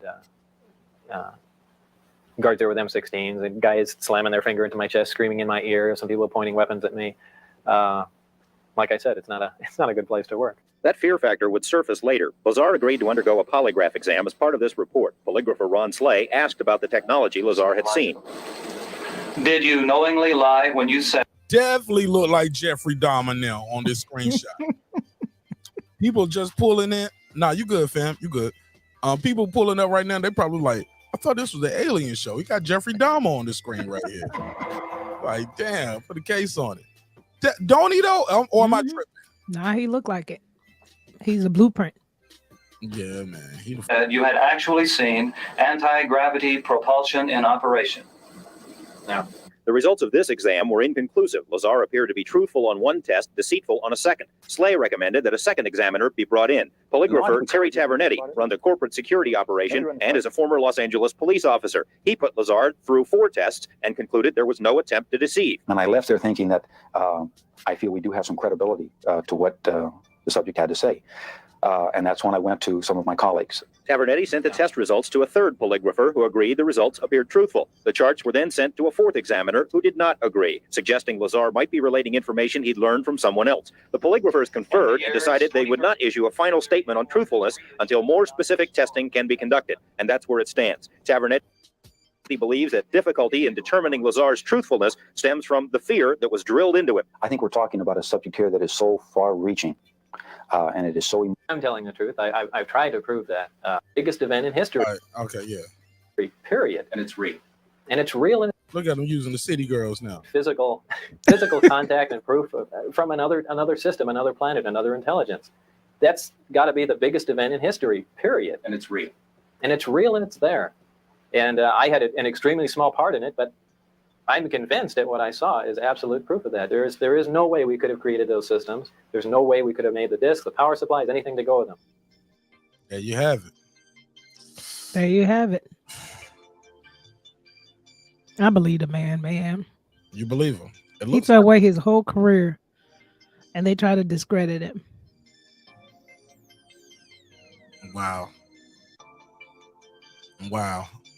Now, one of the most interesting things I saw, now he said that first UFO was like it was an archaeological, how you say archaeological, whatever. Like an archive or something find. Archaeologists found it. How about Okay. that? Okay. Archaeologists found it. I'm out there messing up the words, and I read so well. But here you go. Boom. Check this out. And this is him as an adult. They come from. I mean, the prize is the technology. He was an adult then, but this is him as an older guy. And that's what I'm fascinated by. But so I don't listen to UFO stories and that sort of thing. But George Knapp is, I mean, he's the guy that has the contacts and tries to thread everything together. And what he recently told me is he found, I don't know, it was either documentation or people that he spoke to. It's at the existence of this project, the project that I was on. It's something that they seem to take out every 8 or 10 years. So that's a very specific memo. And this is actually, this is the first time I'll be very clear with people about it. It's a big topic of conversation right now. It's called the Wilson Memo. You can look it up. Admiral Wilson met with a scientist who's actually was featured in one of my films. Everybody has been debating whether or not this document of a conversation with a sitting admiral at the time is a real document. It's an actual conversation that happened, and this document is real. Everybody wants to know. The world is going crazy right now in the UFO world. I'll tell you straight up right now, I'm in the position to know, and it is a real document, that it is real. So the conversation you read in that conversation was had. I can't attest to every. You're not being very clear. Sure. Please. No problem. Joe, and look, y'all think I'm bad. You see what Joe Rogan just said? Like, look, man, you ain't saying shit right now. Just go ahead, right side. That nigga said, hey, look, buddy just gave us at the end of the day, and at the same time, Joe Rogan was like, hey man, the fuck you talking about? I'm in the position to know, and it is a real document. About Joe Rogan. That it is real. So the conversation you read in that conversation was had. I can't attest to every. You're not being very clear. Sure. Please. No problem. So there was a document that is circulating right now that is really big. It's going around everywhere. People are asking and what is this document? It's called the Exactly. Joe Rogan was like, what is the document? Wilson Memo is how you can find it online. All right, let's get it. Or the Wilson leak. There it is. Jimmy's got it. The Wilson Memorandum. Oh, Use of human volunteers. No. Make sure that was it. Yeah, no, that's not it. Okay. Yeah. So Admiral Wilson meets with this scientist, and they have this discussion, oddly enough, at special projects at EG&G. And if I remember, the document is from 2001. I'm telling everybody right now, it's real. And we'll see. My history is pretty good with like saying if something's real or not, right? So here we go. The document comes out. They meet at EG&G special projects. In 1989, they stumble into a problem. This happens. They put the technology away, and then they bring it back out and see if material science has caught up and if they can make any progress. So this document kind of talks about this process. The big thing I get from it, and a lot of it's vindicating to Bob, and one of the things it's vindicating besides the EG&G thing, is that private industry, so this guy's an admiral, and he says, I found out about your SAP, your Special Access Program. I need to know about it. And he's going to a private part of industry, and he is denied access. And he says, I should be running this program. And they were able to deny him access. So I think the takeaway here is check it out. I'm telling you that is an actual correct, that is a leak. Now, everything said in that document, I don't know. What are you talking about? What is said in that document specifically? It's between a scientist and an admiral that are sitting and they're having a meeting, and they're talking about the search for the UFO subject, the search to get Special Access Program access to all of these different things like reverse engineering programs. So in this document, they talk about it.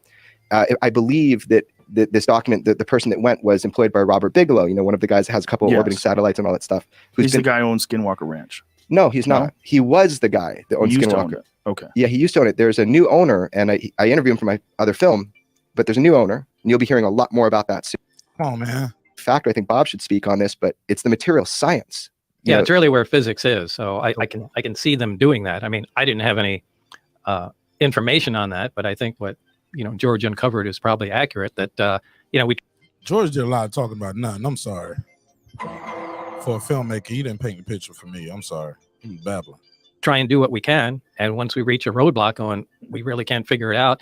It's just friggin' wait, put the thing away, wait for science to catch up. And, a decade later, let's take the project out again and see, all right, now where can we go? But there's got to be someone who remains informed, right? Oh, yeah. So you've got your scientists like you and Barry. You got your people that you compartmentalize. You got these people working on Yeah, this there project. has to be some people that know everything. You've got security, and then someone's going to be on the outside saying, hey, we need people to guard this building. Don't let anybody in for 10 years. I think a lot of that is private industry. And I think that's how they keep it. Yeah, I think that's how they because the government is just so leaky. I think that's kind of what they're doing. That's what the doc. That's deep. What you think of that? It's private industry that's in charge of this. I believe that. Jeff Bezos is in charge of majority of the military, like weaponry or whatever, providing them with stuff. Really? Mm-hmm. Yeah. That's what I said. Amazon, hold on. Amazon guns? Amazon guy. He supplies the military with artillery, armory, whatever it is, the technology. Some technology he's affiliated with as it pertains to the United States military. Conflict of interest much? So we got Amazon Prime, Amazon Music, Amazon Weapons. Amazon nukes. I wonder if they deliver their shit to the government on time, because I got Amazon Prime and they always telling me I'm gonna get my shit on Friday. I don't get it to Saturday now. I'm like, y'all going up in prices, but the service going down.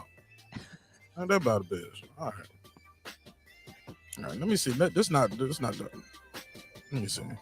Have any information on Have that you at all. ever asked anyone that has any inkling of any idea of where they got them or how they got them? No, but something must have been said to me from Barry, but it was just too long ago, and I can't quite remember what was said, but it just left a seed in my mind. I think at least one of them was part of an archaeological dig, so it's old. At least one of them is old. I don't know if it was the one I worked on, but I remember something to do with an archaeological dig. Whoa! So that's wow. That means it's not just.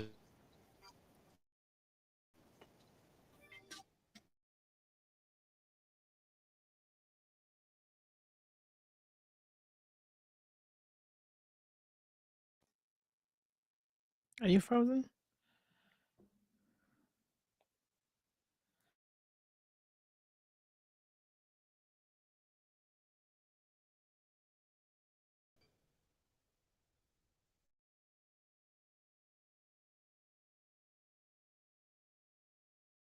No audio, or it's frozen.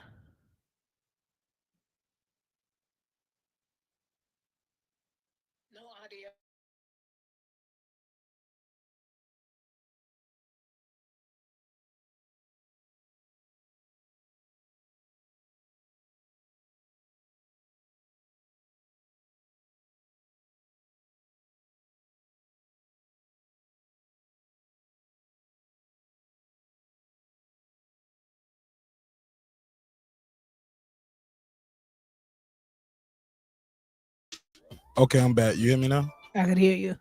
Okay, yeah, I gotta switch to my landline. All right, so let me share the screen again. But yeah, I don't agree. I don't think all of those that they saw in the hangar are the things that they found. I think some of those are things they're trying to recreate. They're trying to figure it out. What do you think of that theory? You don't think all of them are what? I don't think, like they said, he said I saw it was about 9 different ones in a hangar. I don't think all 9 of those are like we found all 9 of these different ones. I think like, no, we tried it here, that didn't work. Okay, but this works here. Like the lights work here. The comm system work here. Like it's like you ever seen somebody who paint a picture? They start with a sketch, right? Mm-hmm. They just do those light lines, and then you go over here, then you got a model, no different from a car, like an assembly line. Right.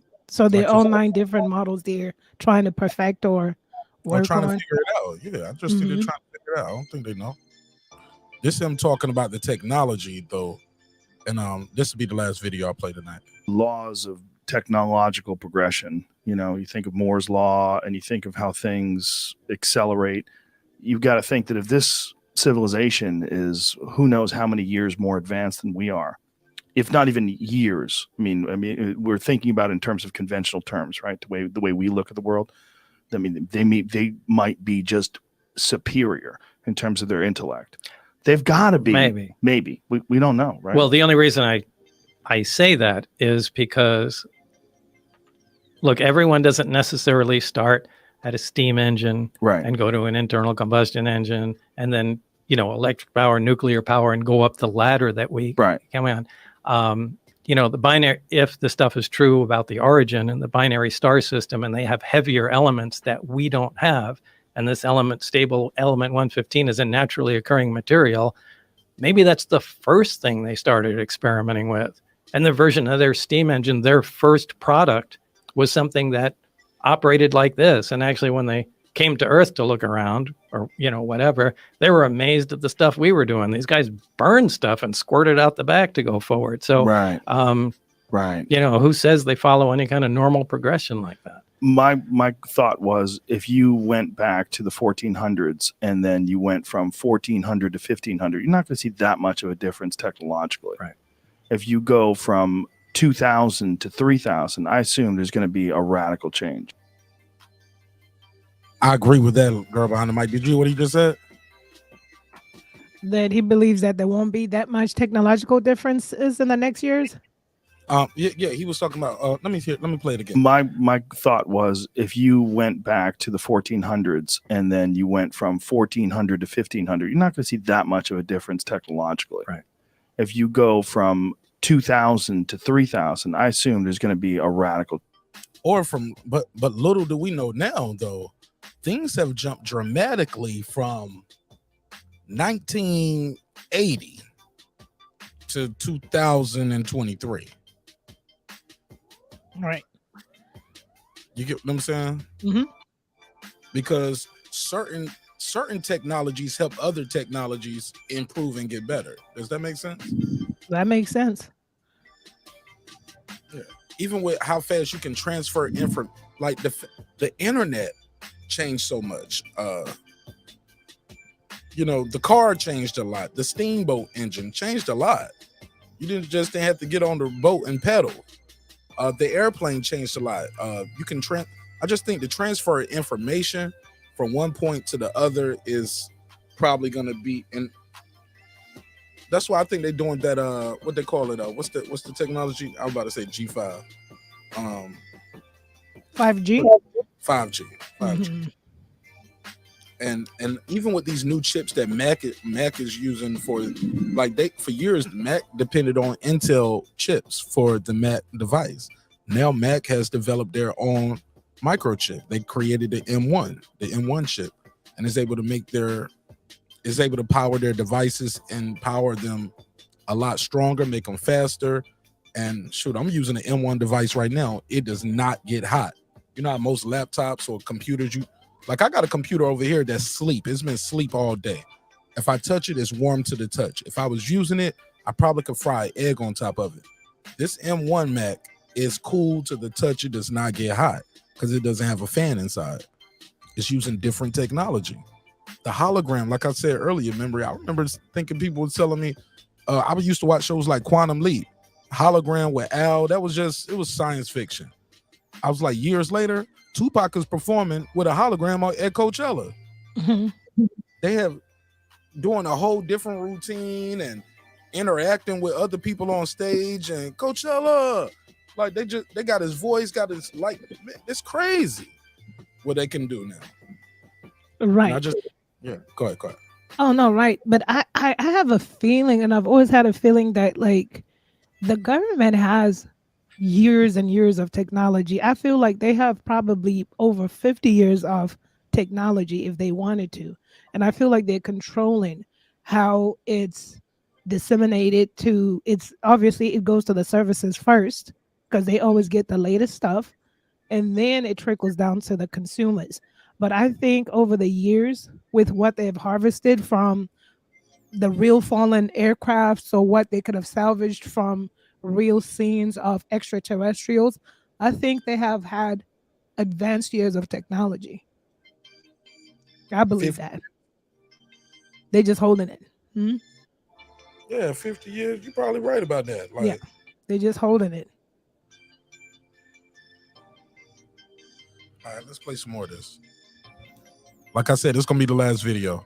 Change. Right. Well, the delta, the rate of change Yeah. is magnificently higher than it used to be. Right. So if you think about what they had in 1988 and you think about what they probably have in 2019, just logically seems like they would advance. I would think so.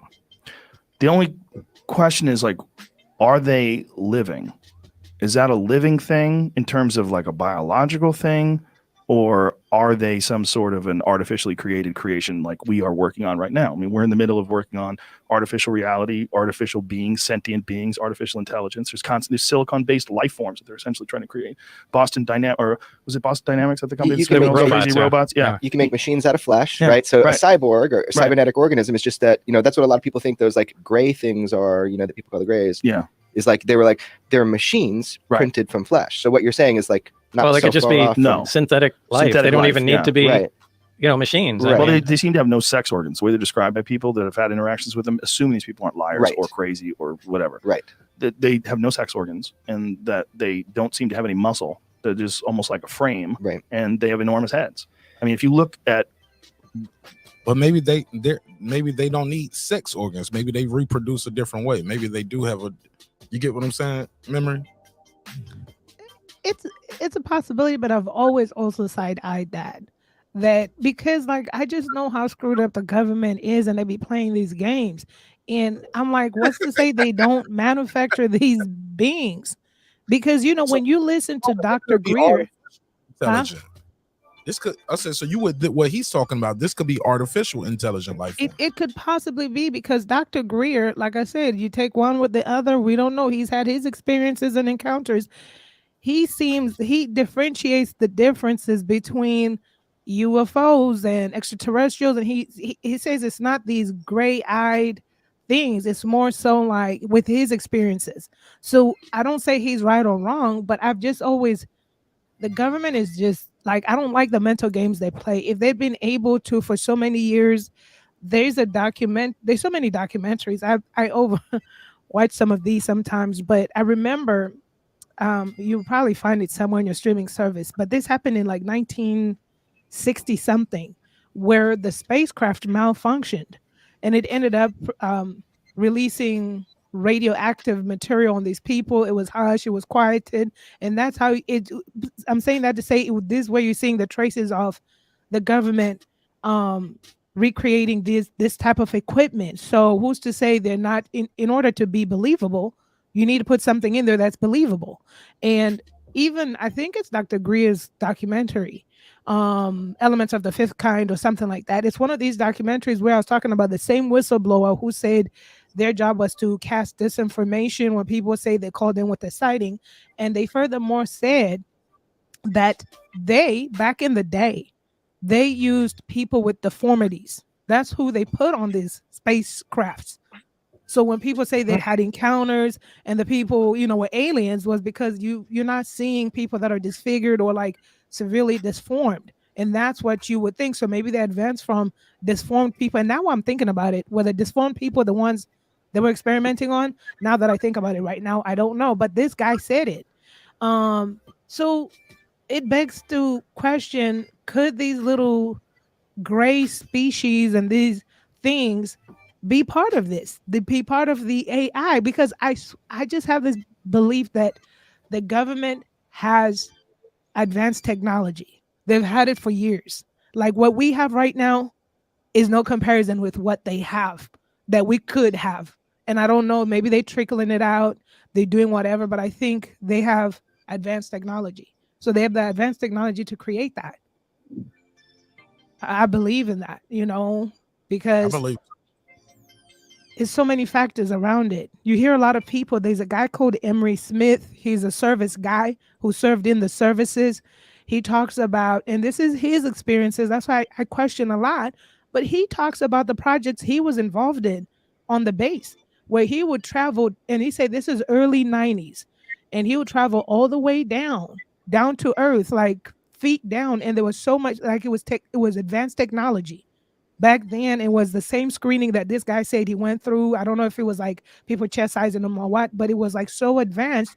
And his job was to work on things. Like, these things were unidentified. He didn't say they're like aliens or whatever. It was like things that would operate on them. And he said he even has talked about having the extraterrestrials that were helping the government. So I don't know, is he lying? He has talked about how his life has been threatened and how he's all, people be driving recklessly behind him, trying to push him off the road ever since he started talking. But is he lying? I don't know. But it's like, I feel like the government is up to something, and it's always something deeper and to mess with us too.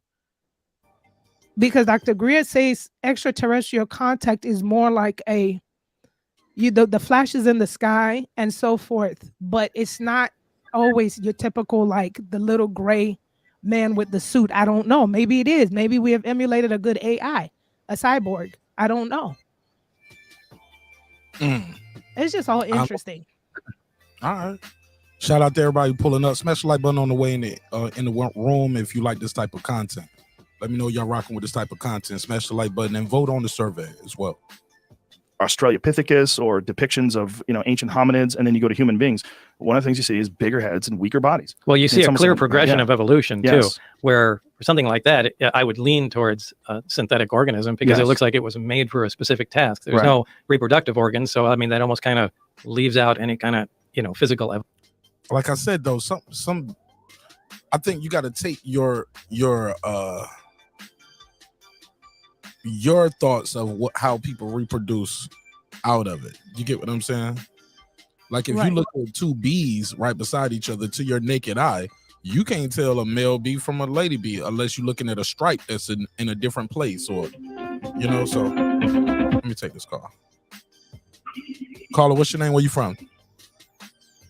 What's up, Mark, man? It's Pittsburgh T, man. I'll let you talk to me, man. What's poppin', my G? Talk to me. I'm glad you're enjoying the show.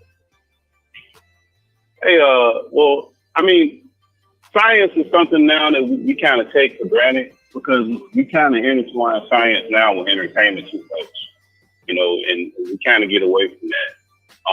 If you look at, I think, like in South Florida, we got this dude named Ed. I can't think of his name, but he built Core Capsule. Core Capsule is this place where all these big ass rocks that weigh tons.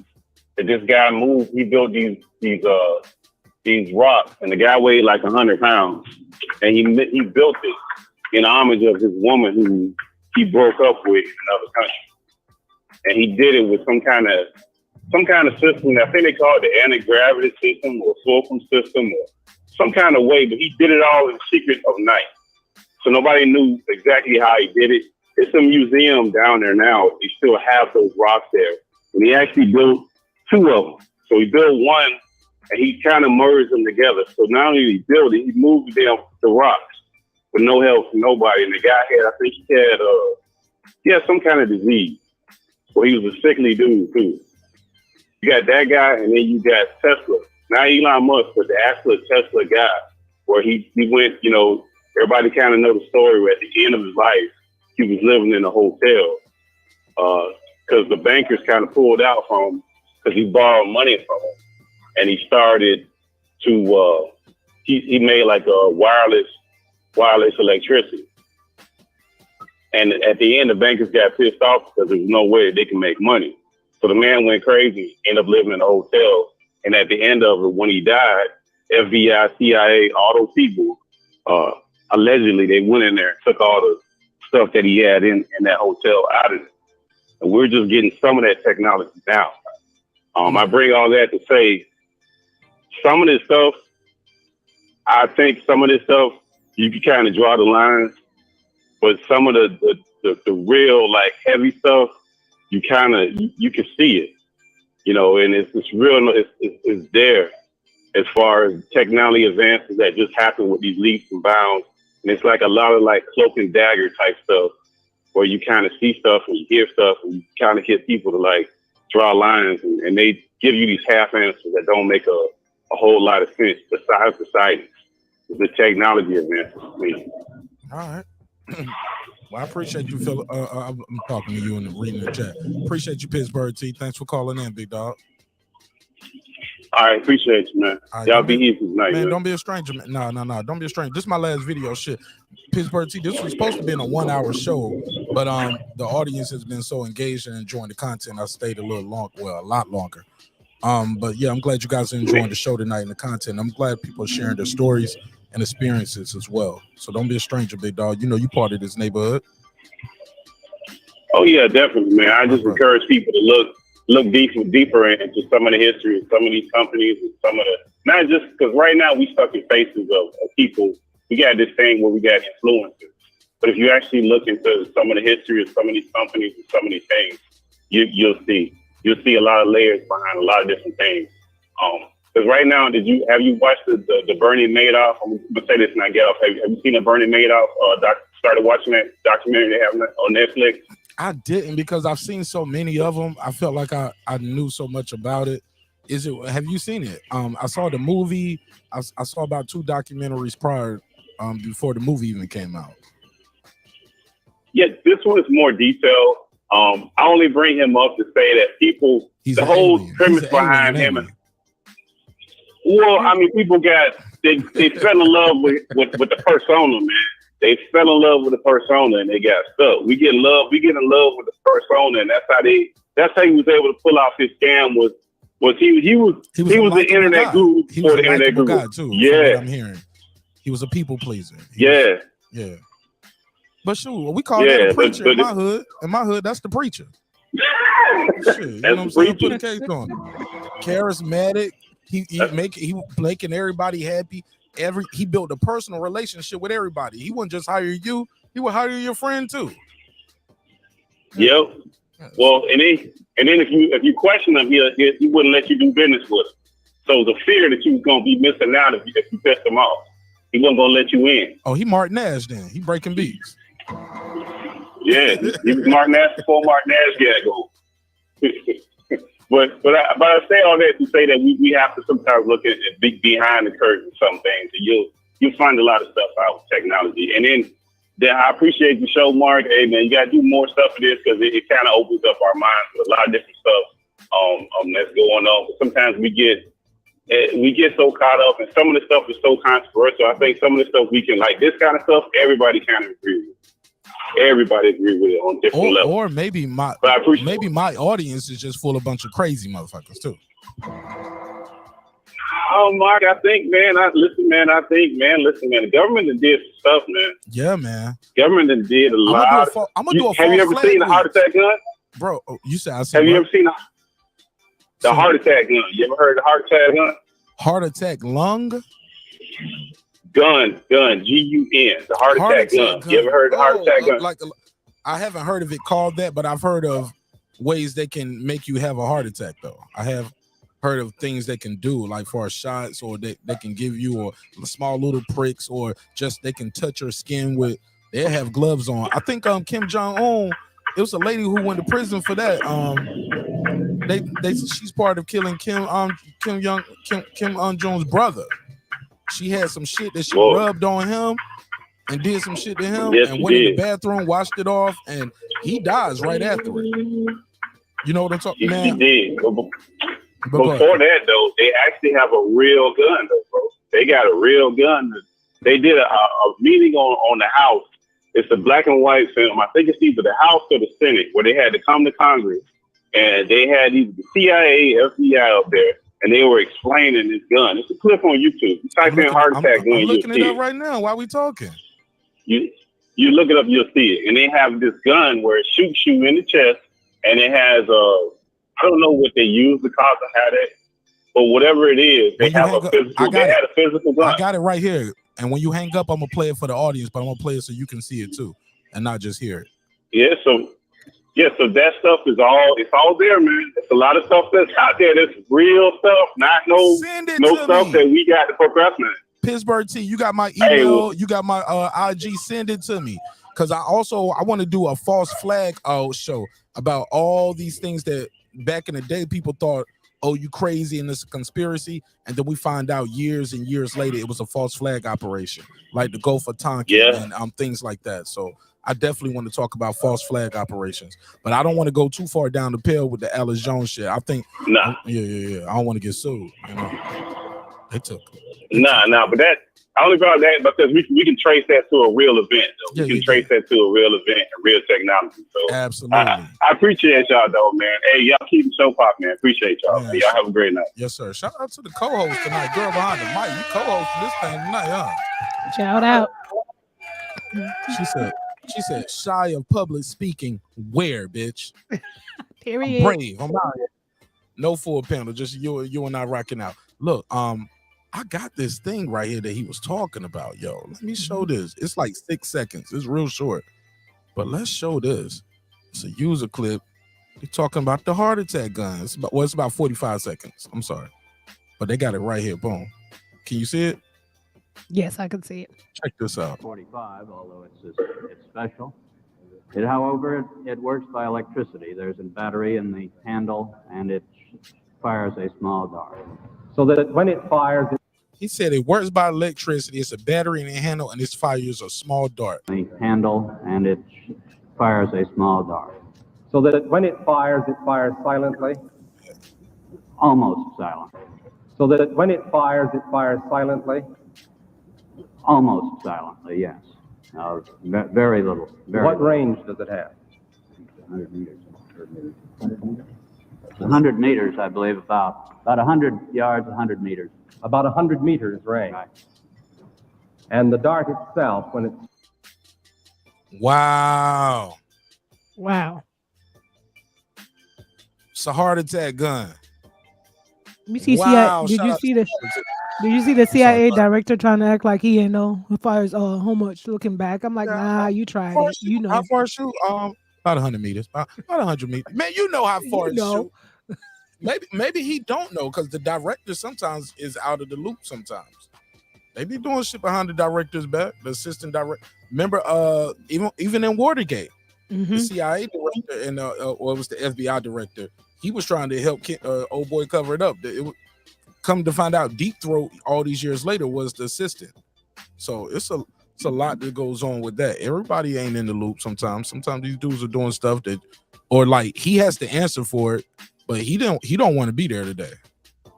Somebody don't expose him, and he's been subpoenaed. Damn. But yeah, that nigga know how far that shit shot. He was like 100 meters. I'm not sure. I gotta check my sources.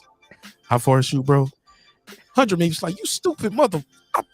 I told you what to say when we was backstage. I told you when I ask you, you be like, I don't know. I gotta check my notes. You supposed to handle this like I told you.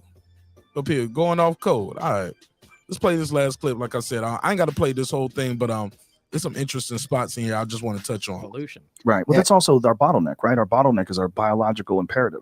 The need to breed, emotions, fear, anxiety.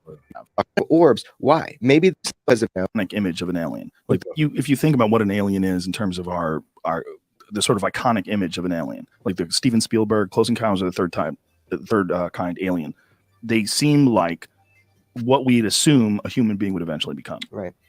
And if these things are tiny, human beings are smaller than they've ever been before. They're weaker than they've ever been before. And there seems to be a trend in that direction. And this trend seems to be amplified by our technological progression. There are a lack of need for muscle strength and our lack of need for violence. And we're moving in a society to try to get away from all the things that we think are abhorrent about human beings and the terrible behaviors that we have. If we one day do give birth to some sort of an artificial being, like Marshall McLuhan's quote, "We are the sex organs of the machine world." You know, that one day we... Okay, I'll buy that. Yeah, McLuhan was brilliant. And that quote has always been one of my favorites because, okay, what are we doing when we're constantly technologically innovating? We're constantly looking for faster cars, better computers, bigger screens, faster, more resolution, more pixels, more this, more that, higher bandwidth, 5G, 10G. Right. What are we doing? We're moving into this, if you just follow it objectively. We are the aliens. Please stand back. Don't attach yourself or your civilization, your culture to it, and look at what it is. We're moving 100% towards technological innovation. If you looked at this, Elon Musk talked about it on my podcast that we are cyborgs. You just carry it in your pocket. It's a phone. Oh shit! Did you hear that? I heard that. Wow. Better things. What would you do? Constantly? And at some point, I think that technology is going to fuse with us. Yes. And we're going to become. It's already happening. Yeah. And Elon Musk talked about it on my podcast that we are cyborgs. You just carry it in your pocket. It's a phone. Your phone is going to be doing more and more. Man, they got an app now on your phone. You can weigh your weed, man. Your phone can turn into a scale if you got a good enough phone. Because the pressure plate, you can weigh up to like a couple grams or something. Ain't that something? Wow. Yeah, that's On your phone. You can weigh about a gram or two on your phone. They got a scale app. It answers any. Shout out to the dope dealers. Y'all going to jail for that shit, though. Y'all niggas gonna get indicted. You better not be using that scale app. Question you want, you can talk to it. It'll give you the answers instantaneously. Right. Think about that. The phone just give you the. Yo, my wife. Yo, you know what my wife wanted for Christmas, girl behind the mic? What? She wanted the light shit. The lights, where Alexa cut the lights on. Alexa turn the fan down low. Alexa, she was like, I was like, yo, little by little, you are turning this our regular house into a smart house. We got the cameras everywhere. We can control the thermostat from the bed. But that wasn't good enough. She was like, well, I don't want to control the thermostat for the whole house. Like, I just want to change. I want to cut the fan on in this room. I don't want to affect the baby's room, right? Right. She might just be nice and toasty. She got a little thin blanket, you know? Right. Okay. So cut the fan on in here, though. Because I'm too hot. Alexa, and I don't want to get out the bed out my sleep. I just want to say, Alexa, cut the fan on. Alexa, cut the fan on, you lazy bitch. I have you.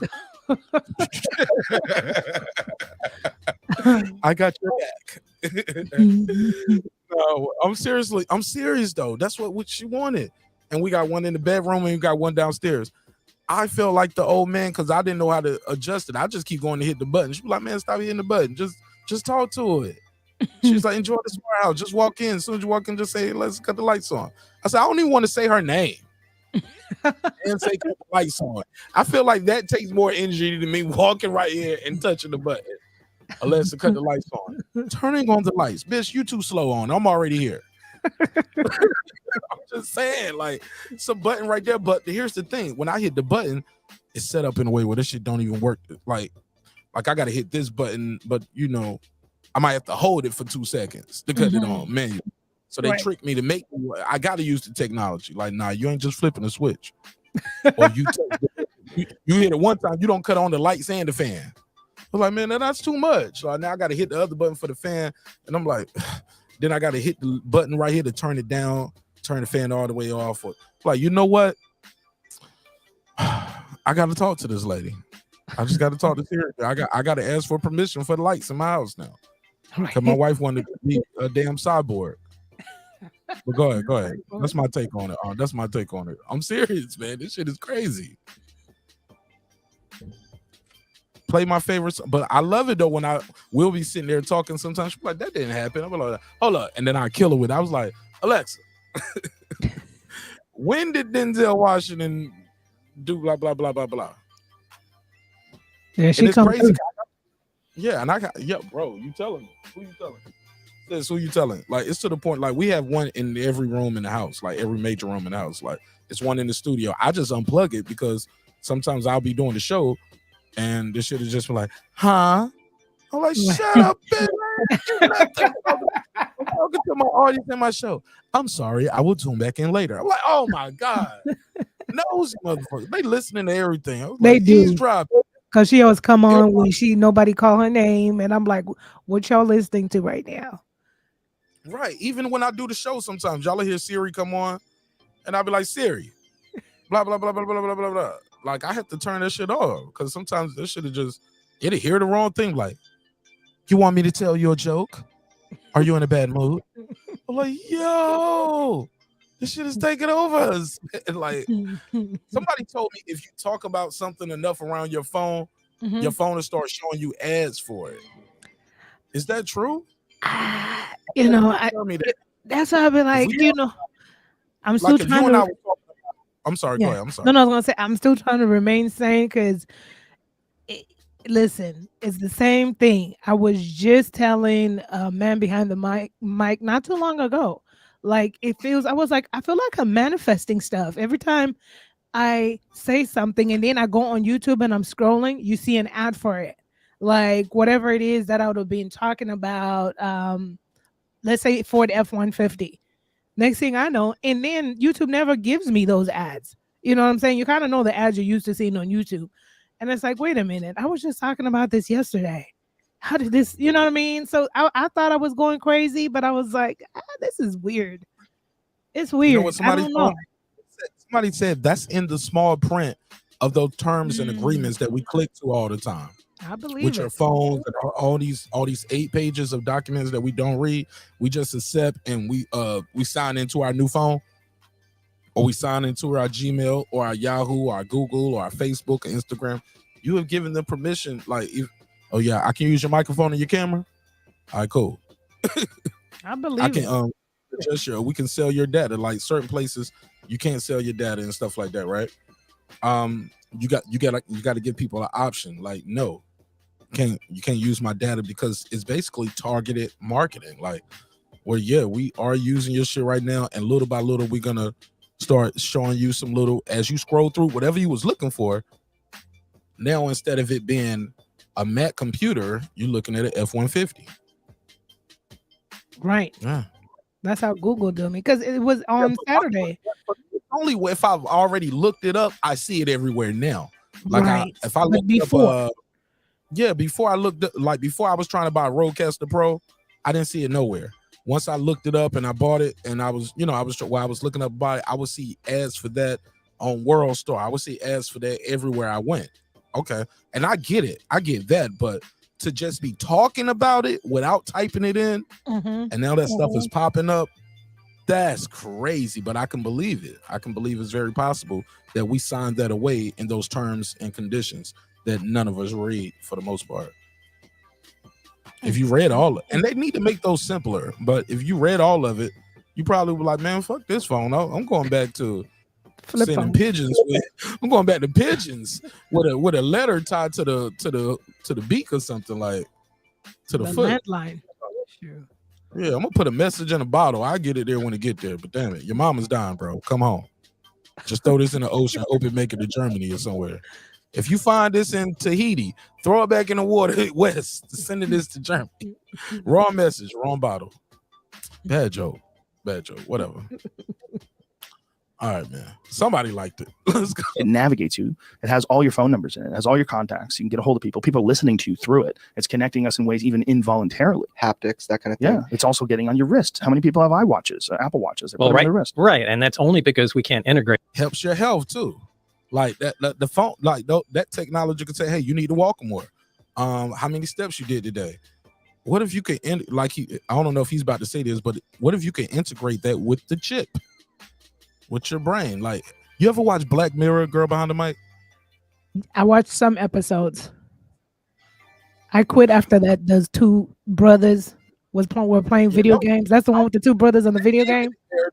That's where they ended there too. And it was like, yo, I always wanted to fuck you back in the day, dog. That's why I was like, no. And then the wife was cool with it at the end. She was like, it's your birthday, so go in there and get on the video game and go fuck your homeboy in your mind. Ain't that some weirdo? Oh my God. Weird stuff. I was like, what am I watching? That was the weirdest shit ever. Yo, that episode of Black Mirror, I was like, yo, that whole little season right there they did. That was that one. They did one with not Lindsay Lohan. What's the other crazy white girl that was out there wilding out? Damn. Miley Cyrus. It's like a Miley Cyrus type episode. Yeah, that whole little season right there was kind of crazy, but yeah, but all the other shit before that, it was some wild shit in there. But what I love about Black Mirror is how it's like a Twilight Zone with technology, right? And when you think about it, when your phone is off, look at it. It's a Black Mirror. Do you get it? I get it. Yeah. Yo, look at your phone right now. Cut the power off. Just look at your phone. It's a Black Mirror. Black Mirror. Oh my. You didn't even know that's where it came from, huh? I didn't know. I don't know where it came from either. I just made that up. Hopefully that's the real reason. But I'm looking at my TV in front of me. The TV is off. It is literally a Black Mirror. And I can't really see my face and my features. I'm just a shape. But I can see everything else behind me. See the wall, the door. Oh man, the science. The science is blowing my mind. All right, let's play some more of this and we got to end it. Them yet, but Yeah. you know that point is coming. 100%. Yeah, I didn't joke about it last night, but I have a bit about it that I do about the integration between humans and technology. That's What would you do if you were a hyper intelligence, right? Would you do the work yourself, or would you create some cool things called like humans to do it for you? Woo! Girl behind the mic. Create them humans to do it for me, them AIs. Train the monkeys to do it. Yes. Like we send bomb dogs in. Yes. And then it got to the point where like, man, we love dogs too much. Let's make a turn around and robot. And look, they make the robot look like a bomb dog. They even made the robot look like a dog. And they send that in there, staying low, going in there and can detect what the hell is going on. Oh my God. He said, would you create humans to do it for you? Let's go. We're going deep with this one, y'all. Would you create things that are cybernetic organisms to come in with machines and do it for you? If you were hyper intelligence that has kind of changed like you've described, you'd probably create workers, right? Well, that's a vast conspiracy theory. Isn't that No, Joe Rogan, he don't want to believe you. Joe Rogan, you are one of them. You are. I'm not talking about us too. We ain't talking about conspiracy. Let's go. conspiracy. But it is a kind of a conspiracy. I'm right? asking you. Well, I mean, I don't think it's necessarily that. I mean, you could look at it that way, but that is the way a conspiracy theorist would look at it. The way I would look at it is like there's obviously a progression going on, a biological progression. There's some sort of an integration with technology. There's some sort of imperative, this need for technological innovation. It's inescapable. Everyone has it. And I think it's attached to materialism in some sort of a strange way because so many people work so hard to get new things. And like, God, that seems so illogical and preposterous. And it makes people unhappy and depression's on the rise, but nobody seems to be able to stop it. Like, why is that? Well, maybe it's because we are the electronic caterpillars that give birth to the butterfly. Maybe that's what we're doing. That Maybe could very well be. what our job is to do is to make some sort of a cocoon. We don't even know we're doing it while we're doing it. Do you think a caterpillar is aware? Like, hey, caterpillar, what are you doing? Man, I'm doing my thing. It's my job. I have to make a cocoon. Then I'm going to make a butterfly. This could be a natural part of evolution. It could be. Yo, that's crazy. That's crazy. I'm gonna play some more of this. That we're just supposed to do this Exactly. and make the jump to some sort of mechanized, right? Yeah, Have you ever non-biological. Wow. You ever think of that? Like, did you understand the way they were saying it, or was it going too fast? No, I understood what he was saying. I mean, it's powerful, but we can't stop it. We might be these electronical butterflies or cocoons building these butterflies, but I feel like the government wants us to have all this technology. Like, low key, it's been in place. Say that again. I said, even if we're electronic cocoons birthing these technology butterflies, we can't stop it. Like, we don't individually, you know what I mean? They're shoving all this technology down our throats. It's coming out, and having us gravitate to it. You don't know you're doing it, right? You just it's in, like, you don't have to tell a dog it's in heat, and you don't have to tell a boy dog when to mate with that girl dog, right? And when they want to accept it and when she's looking for it. They can smell the girl in heat almost a mile away. I don't know the exact footage, but I've heard that dogs can smell another dog in heat almost a mile away. And they'll dig a hole. The girl dog will dig a hole to get out the fence. She'll climb the fence. She'll jump the fence. Other dogs are they are trying to procreate. You don't even have to tell animals to procreate. Remember, I did that. Oh, well, you didn't see it, but I did an episode about the cuttlefish. You ever heard of a cuttlefish? Heard of them. Cuttlefish can shape and change their shape and form and color.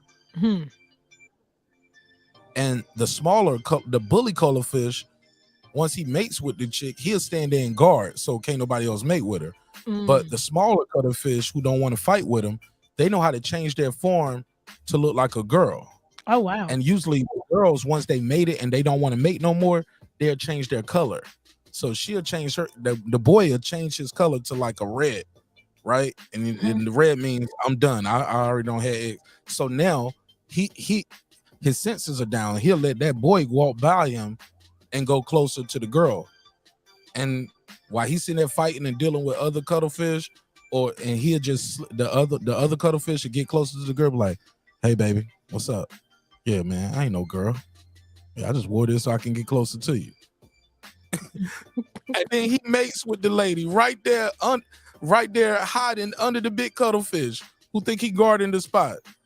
No, but she wants to take more. She wants to give her lifespan longer to live. So she takes more donors, has more chance of her lifeline going on. So she'll take some from the dominant one. She'll take some seed from, she can have multiple. Her eggs can be fertilized by multiple multiple cuttlefish. Shit is crazy, and she wants it too. She'll turn herself to a color to tell him like, okay, I'm done. Get away from me. Oh wow. I'm done. I'm red too. So he'll go away. He'll be like, oh, it's just them two girls over there in the red, just kicking it. I'm over here fighting the garden. Man, they over there busting down right there on top of each other. You don't even well, they cuddling together. No, dummy, he busting your chick down. I have a strange way of explaining animals mating, but somebody get it. Orangutan that is fishing with a spear. No, they've figured out how to fish with spears. There's that's crazy. Primatologists. Wait, without somebody showing them how to fish? No, they've imitated human beings doing it. And now, yo, look up the cuttlefish, yo. It's CUTTLE. Look up a cuttlefish.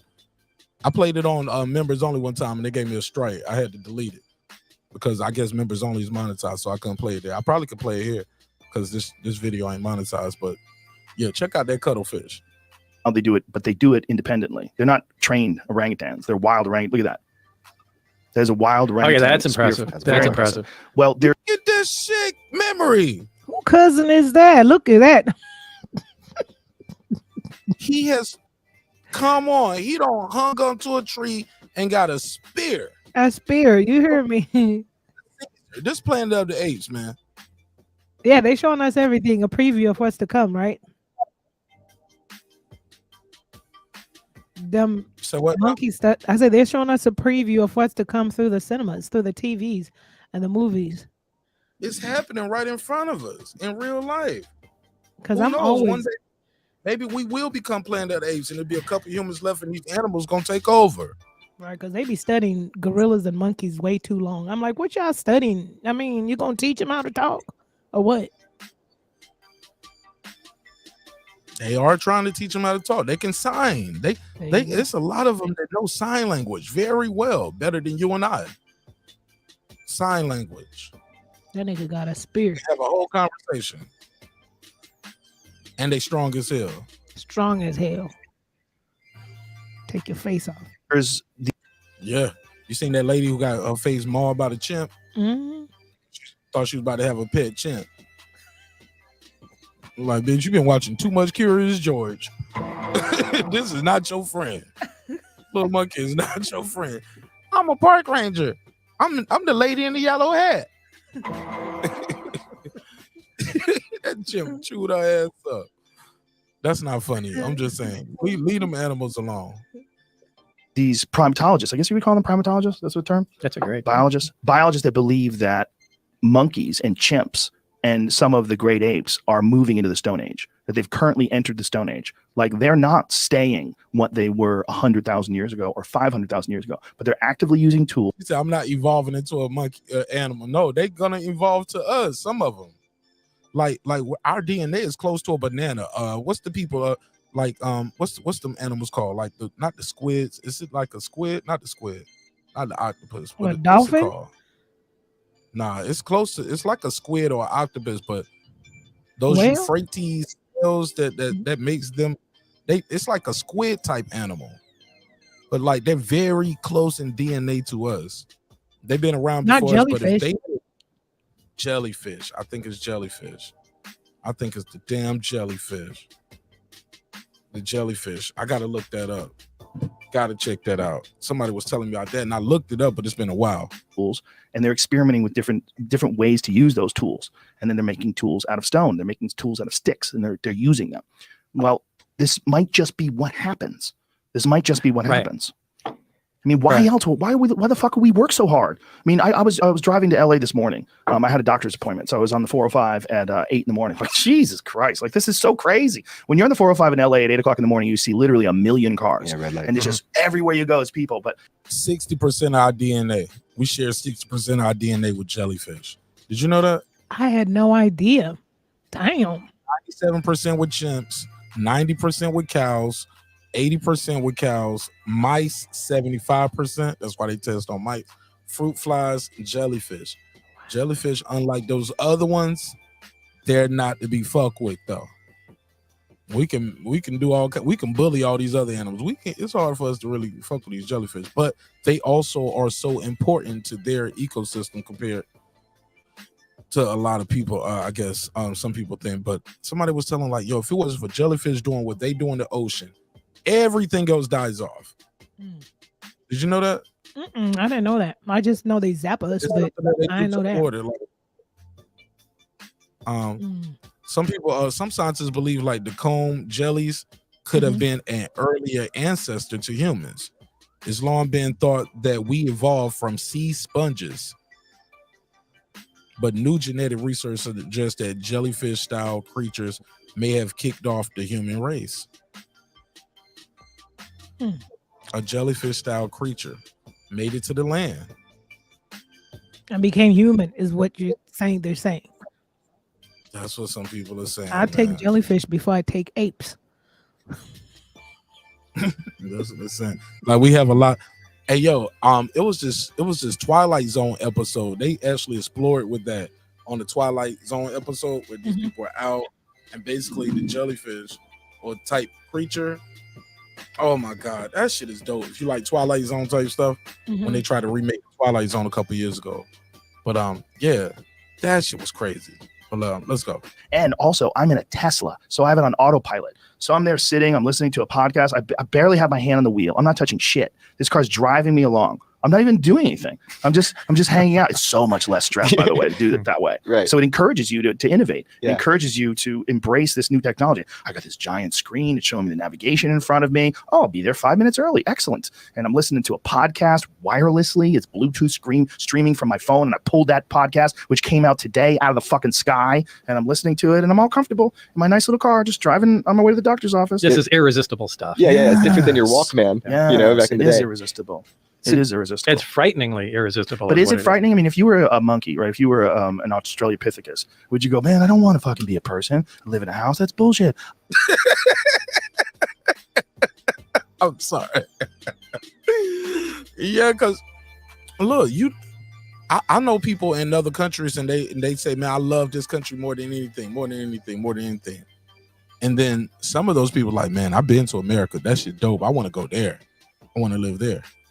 And I've seen people say, hey, I like it here, but I like it here. But when I hear people go from America, go to other places, it's like because they want a change, like, and they want to tone it down some. You know what I'm saying? Mm-hmm. Not like I want more technology, so I'm going here. Right. Unless it's going to China, I guess. But Right. I like just swinging. But you lose so many liberties there, so they don't want to, you know what I'm saying? Mm-hmm. You want these liberties and the technology, you know? It's like, yeah, I want to sell pussy on OnlyFans. And you can't do that in your country because you got technology. Around on trees. I like running from jaguars. This is life. Guys, life is running from crocodiles. It's not living in a fucking suburban community. There's probably some that are like that. Yeah, I don't think so. I think when it comes, we're going to embrace it. We're going to embrace it the same way you embrace cell phones, the same way you embrace television. There's going to be a few holdouts. I don't even have an email address, man. Those there's a few and far between. Good luck with that. They're going to kill them off with the vaccine. There's something that I think about sometimes when I get really high. That Ted Kaczynski, he said, "This is something I think about when I get really high." Well, this is a great show to play it on. Let's go, Joe. Was a part of the Harvard LSD studies. This has been proven. Ted Kaczynski, they cooked his fucking brain when he was at Harvard. And then when he went over to Berkeley and became a professor, his goal was to make enough money so that he could implement this program and live in the woods and then write his manifesto and start killing people that were involved in propagating technology. He was expunged from the Harvard logs, by the way. This is something my friend just called me about. So there's like this private library, and they used to print people's names whenever they were part of a university. And he was one of a handful of people that were expunged from it. I want to jump back to the one thing, Joe. I want to be very careful with that word conspiracy theorist. Yeah, and we're going to end it after this. What I was saying to you was we terraform our earth, right? We terraform, we change the environment, we do all this innovation. What is stopping us from thinking that that's not being done? I'm not saying it is. I'm saying what's stopping us from thinking that that's being done on a much bigger level, on a cosmic level. You mean like aliens coming down doing that to humans? Well, I'm telling you that there is something here. There's a fact. You know, there's something. They're a craft. They're here. They're not ours. They're here. So the question is, what is that about? And I'm just looking at what we do with what you're describing with technology. Well, and I think it's much more likely that the same way we observe chimps and we observe that they are now in the Stone Age, that they're observing us, and that they're recognizing that there is a pattern, that there's steps that happen.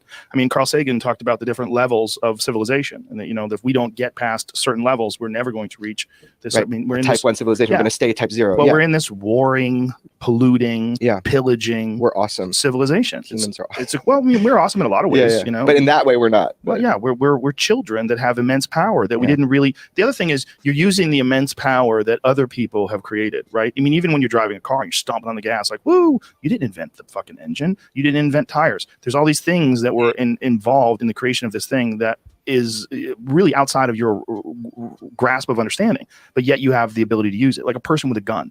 I'm just going to bang, bang, bang people. You didn't invent a gun. So like you've without the intellect to craft and engineer and manifest these creations, you just have access to them because you have paper or you have Bitcoin or you have whatever the fuck you're using a credit card.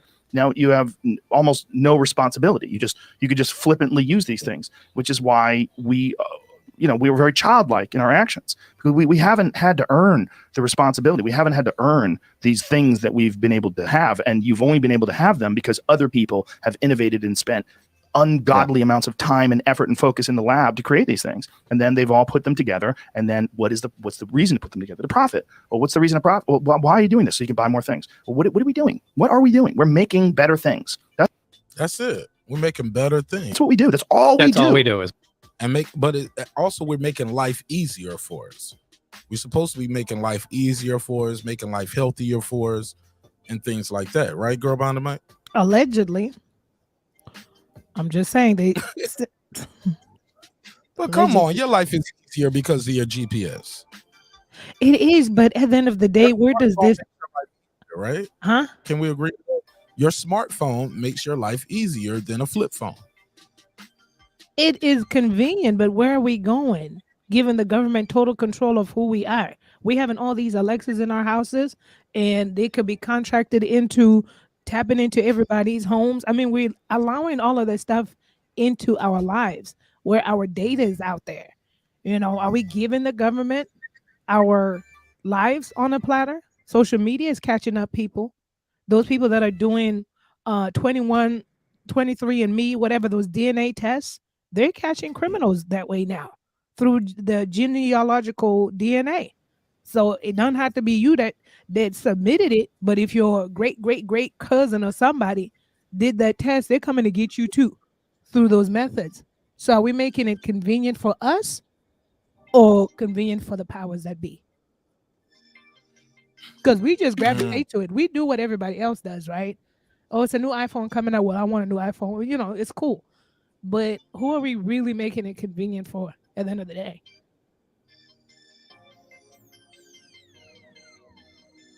But it's convenient for you though. I think we might be in a little convenient, but I could live without it. I could live without it. But the thing is, live without it for hundreds of people live without a telephone or email and a telephone. That's what I was gonna say. Society won't allow me to be honest with you. You could ask man behind the mic. I've wanted to throw my phone away. I want a landline where I talk to you when I talk to you. But he's like, nah, I need to get a hold of you. And you see what I'm saying? So it's like you get pulled for your safety too, though. But that's for your protection and your safety as well as his wife. We survived before cell phones. Don't forget, we've come a long way. What were we doing before cell phones? Pay phones. Go use it nowadays. Or walking a mile to the next phone. Something, but we have survived. So yeah, we're becoming masters of our own technology, yet our own technology is going to be the final master of us. So you really believe that like the technology is gonna doom us all at one point? I believe like that's where it's going, and I believe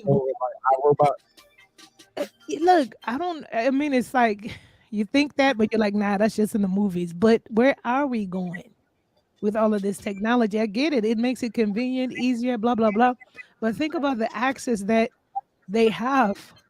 They have so much access. And this and wrong. I can live 15 minutes without my phone. That's why sometimes I take off my social media apps because I don't want to be a part of this society where your neck is down, your head is down, and all you're doing is just, I don't want to be dependent on that thing. I don't want it to rule over me. I don't want it to lord over me, you know. But it's convenient. I'm not saying it's not, but I'm just saying who are we going to be masters of? We're going to be the technology is going to be master over us at the end, in the end, or wherever we're going. And we can table it there. Shoot. At the end of the day, wherever this technology is trying to stop us from moving, Marq Nash and Girl Behind the Mic are going to be like Men in Black Part 3. We're going to be right there with the heart attack gun. We're going to serve and protect. You I guys. learned something new about that. Yeah. All right. Yeah, I learned something about that. It was something you brought up reminds me of this Twilight Zone episode. It was called To Serve Man, right? Mhm. It was called To Serve Man. And it was like written in their language, and they came to Earth, and they was just supposed to be there to help people. They provided a lot of resources to Earth, but basically y'all don't even need weapons no more because everything y'all was fighting over was resources. So here's a bunch of food, like we teach you guys farming and like just all kind of stuff just to help the world be at peace. No more war. And they was out there teaching people right there. So everybody was studying. Look how big they are too, right? Bunch of Shaquille O'Neals, but it looked like their forehead got testicles on it though. Or a boil or something, like a big ass cyst, like whatever. Big head ass nigga. Yeah, big heads. Man, these guys, come to find out, if you ever watched this Twilight Zone episode, it's like a 30-minute episode. You can find this on YouTube. I love this one. Somebody at the end, like they was like, hey man, there's no need for your department no more. Yeah, we at war. We ain't at war no more. We at peace. This is why and these people kept reading the book. He's like, hold up, I'm doing this translation right here. And this looked like a recipe. And come to find out, To Serve Man is a cookbook. We putting y'all on these planes and y'all think y'all going to our plane and we're gonna go see what's going on. This is amazing up there. You don't come back. No, you food. To Serve Man. We eating these people. Check it out. Look that up on YouTube. To Serve Man, Twilight Zone. Leave a comment and say Marq Nash sent me. All right. Well, I'm done. Remember, you got anything you want to say before I let you go? Final thoughts? Final thoughts. Well, it's been interesting. Enjoyed learning, seeing the orangutan with a spear. I always like to learn. I mean, there's an endless possibilities out there in infinity. I don't know. No, I don't know who's mastered the universe, right? But it's very interesting.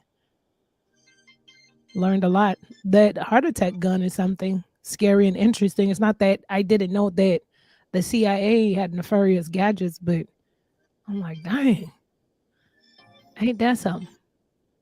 I bet they can do it now without the dart. If they was using a dart back then. Right, in 1975. Oh, they've probably can do it with a perfected it. laser. Oh, yeah. They perfected that craft. Over a laser pointer. Like, yeah, it's crazy. All right. Plug your channel. I'm going to put your link tree in the chat. Girl Behind the Mic on YouTube, about section with my tree link, and you can check out the podcast, Decoding Dreams podcast, and you can also check out several other links. But this was a good show. Enjoyed it, thoroughly enjoyed it. I'm still waiting. Speaking of which, yes, I'm still waiting for all the niggas that have been abducted to come forward to the front of the line. I just make me a believer, or make me a believer. That's all I want to know. Just let me know that black people are getting abducted too. Just saying. You ain't gonna believe him. You ain't gonna believe him. I'm gonna try to believe him. I'm gonna try my best. I'm gonna try my best. I'm gonna try my best. Like, girl, I went up there. It was Remy Weave everywhere. Oh my God. All the bitches had bad lashes. Oh my God. We all need to go to Planet. Planet. It's the best shit ever, bitch. We need to go. Your ass gonna end up it's gonna be like that Dubai trip that you heard about that go bad for them Instagram models. Right. If you know, you know. If you know, you know. All right, man. Thank you for your time. Thank you for your energy, sister. I really enjoyed you being on the panel tonight. This was good. You got it. Hello? Yeah, I'm here. All right, thank you so much. Hey, look, this is gonna be a good one, man. You got to pull up for another one this week. I'm trying to decide which one I'm gonna do tomorrow. Which one are you looking the most forward to? That's left on the list. We got JFK, moon landings. We got the COVID. Probably gotta say COVID for last, because that might be the one to get us out of here. But they don't care about this alien shit, moon landing and JFK. We got the hip hop murders, 9/11. Yeah, that's what we got left. Which one are you looking at? All of them really, but definitely 9/11 and JFK, but all of them. Yeah, that JFK one. I'm locking in for that one. Mm-hmm. Oh, I got one for you. You ever heard of Malcolm Wallace? Mm-mm. Look him up before that episode. Who was that? Biggie Smalls? No, I'm just kidding. No. Some people call him LBJ's hitman. Malcolm Wallace. Okay. Malcolm Wallace. Some people call him J. Yo, he killed the man in broad daylight at a golf club who was sleeping with his wife. Got probation. LBJ, he and LBJ had the same lawyer. LBJ knew the judge, and he got found guilty. He went to court, got found guilty. The jury said, "Yeah, you killed him." Judge was like, "We're gonna suspend this sentence. Give the man probation." Yeah, I smell a rat. Yeah. After Kennedy got killed, he got murdered though. They just found him dead in his car. I think he had a self-inflicted shotgun wound twice. He shot himself with the shotgun twice. One's in the chest, one's in the head. He was like, "Damn, I'm still alive. Let me shoot myself in the head." Come on, man. Never heard of it. So yeah, we're gonna talk about that. I got a theory with that. I got a couple theories with that JFK.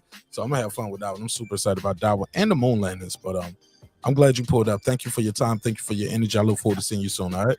All right. All right, peace. All right, it's been another great episode of Breaking Beats, where we break down business, entertainment, art, technology, sports, and anything else you and I feel like talking about. Yeah, this is gonna be a fun week, man. This is gonna be a fun week. Unless something major happens in the news that we gotta talk about, this is what we on this week. Some people are calling it Conspiracy Week. Some people are calling it anti-narrative. And some people are just calling it the best damn late night show on YouTube. You know what I'm saying? That's what they say.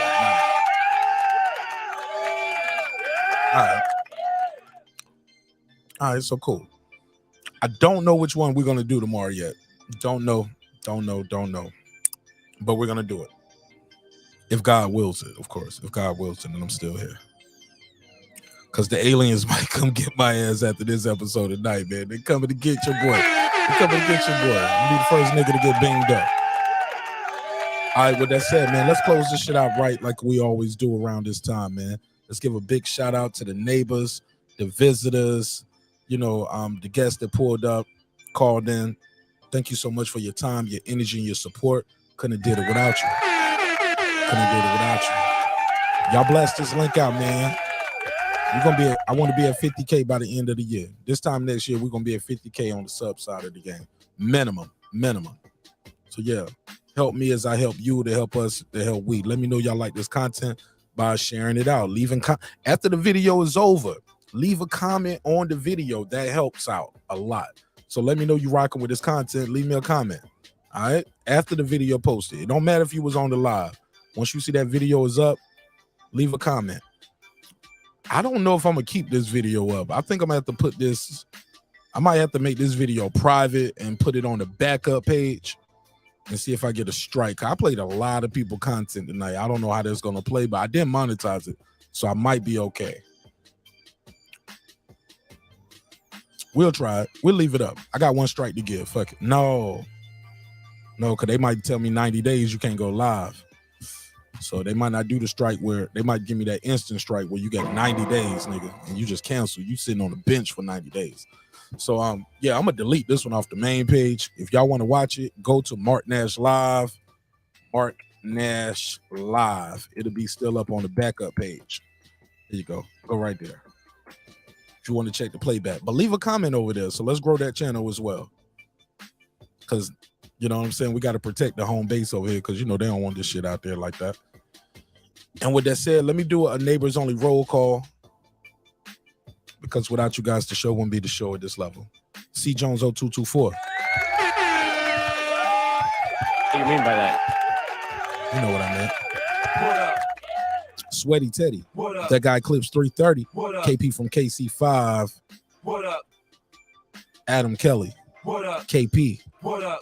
T. What up? Matt Wade. What up? Kevin Brower. What up? Puto. What up? Juan Develop. What up?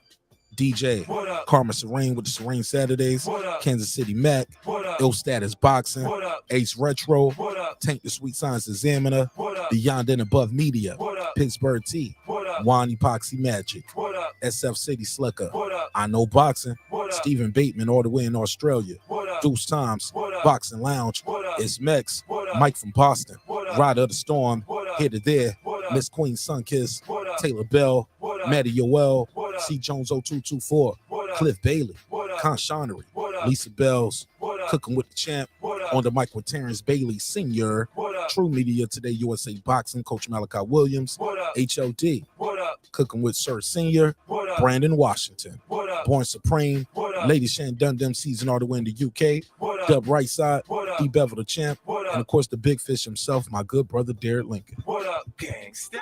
Appreciate y'all.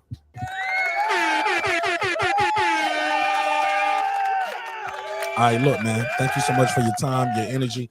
Hey, look, man. Always remember, man. Respect is free. Disrespect gonna cost you everything: your family, your freedom, your finances. Most importantly, your life. You can go to the description block of this and every video. Get you a hoodie, get you a t-shirt. Support the show that way. All right. So much we're gonna talk about this week.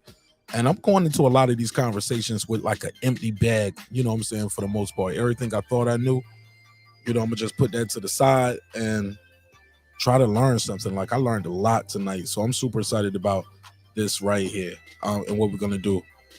And not just with this week, with a lot of content that we're gonna do this year. Just trying to expand the brand. So with that said, dreams require sleep, goals require effort. Go out there and get your goals. I'm gonna go ahead and grab something to eat. Might probably make me a peanut butter sandwich, something light, like a peanut butter sandwich. Give me, or maybe some chicken noodle soup, some tuna and some crackers, something light. And I'm talking about just straight tuna. I ain't mixing no mayonnaise and no pickles, nothing like that. Maybe some mustard, maybe a little mustard and pickles, no mayonnaise though. Something light. Nah, I'm probably gonna do peanut butter. Put a case on me. I don't even want to smell no tuna right now. Just eat some peanut butter and some crackers. All right, man.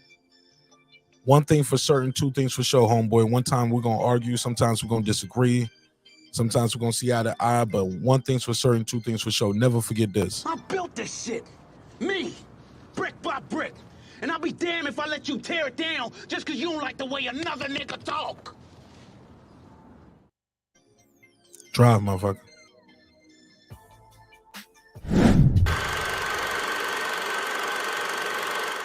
This that squad sound. This is me,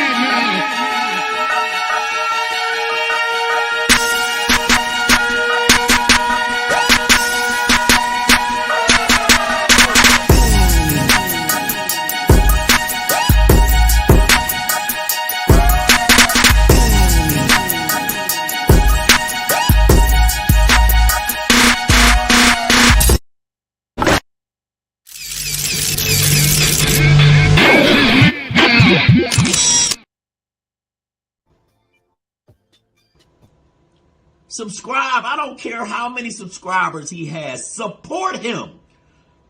So he made all this possible. He made this possible. Nah, Dr. Mark, God made it possible. And so the viewers like you. Love y'all, man. See y'all on the next one. Peace.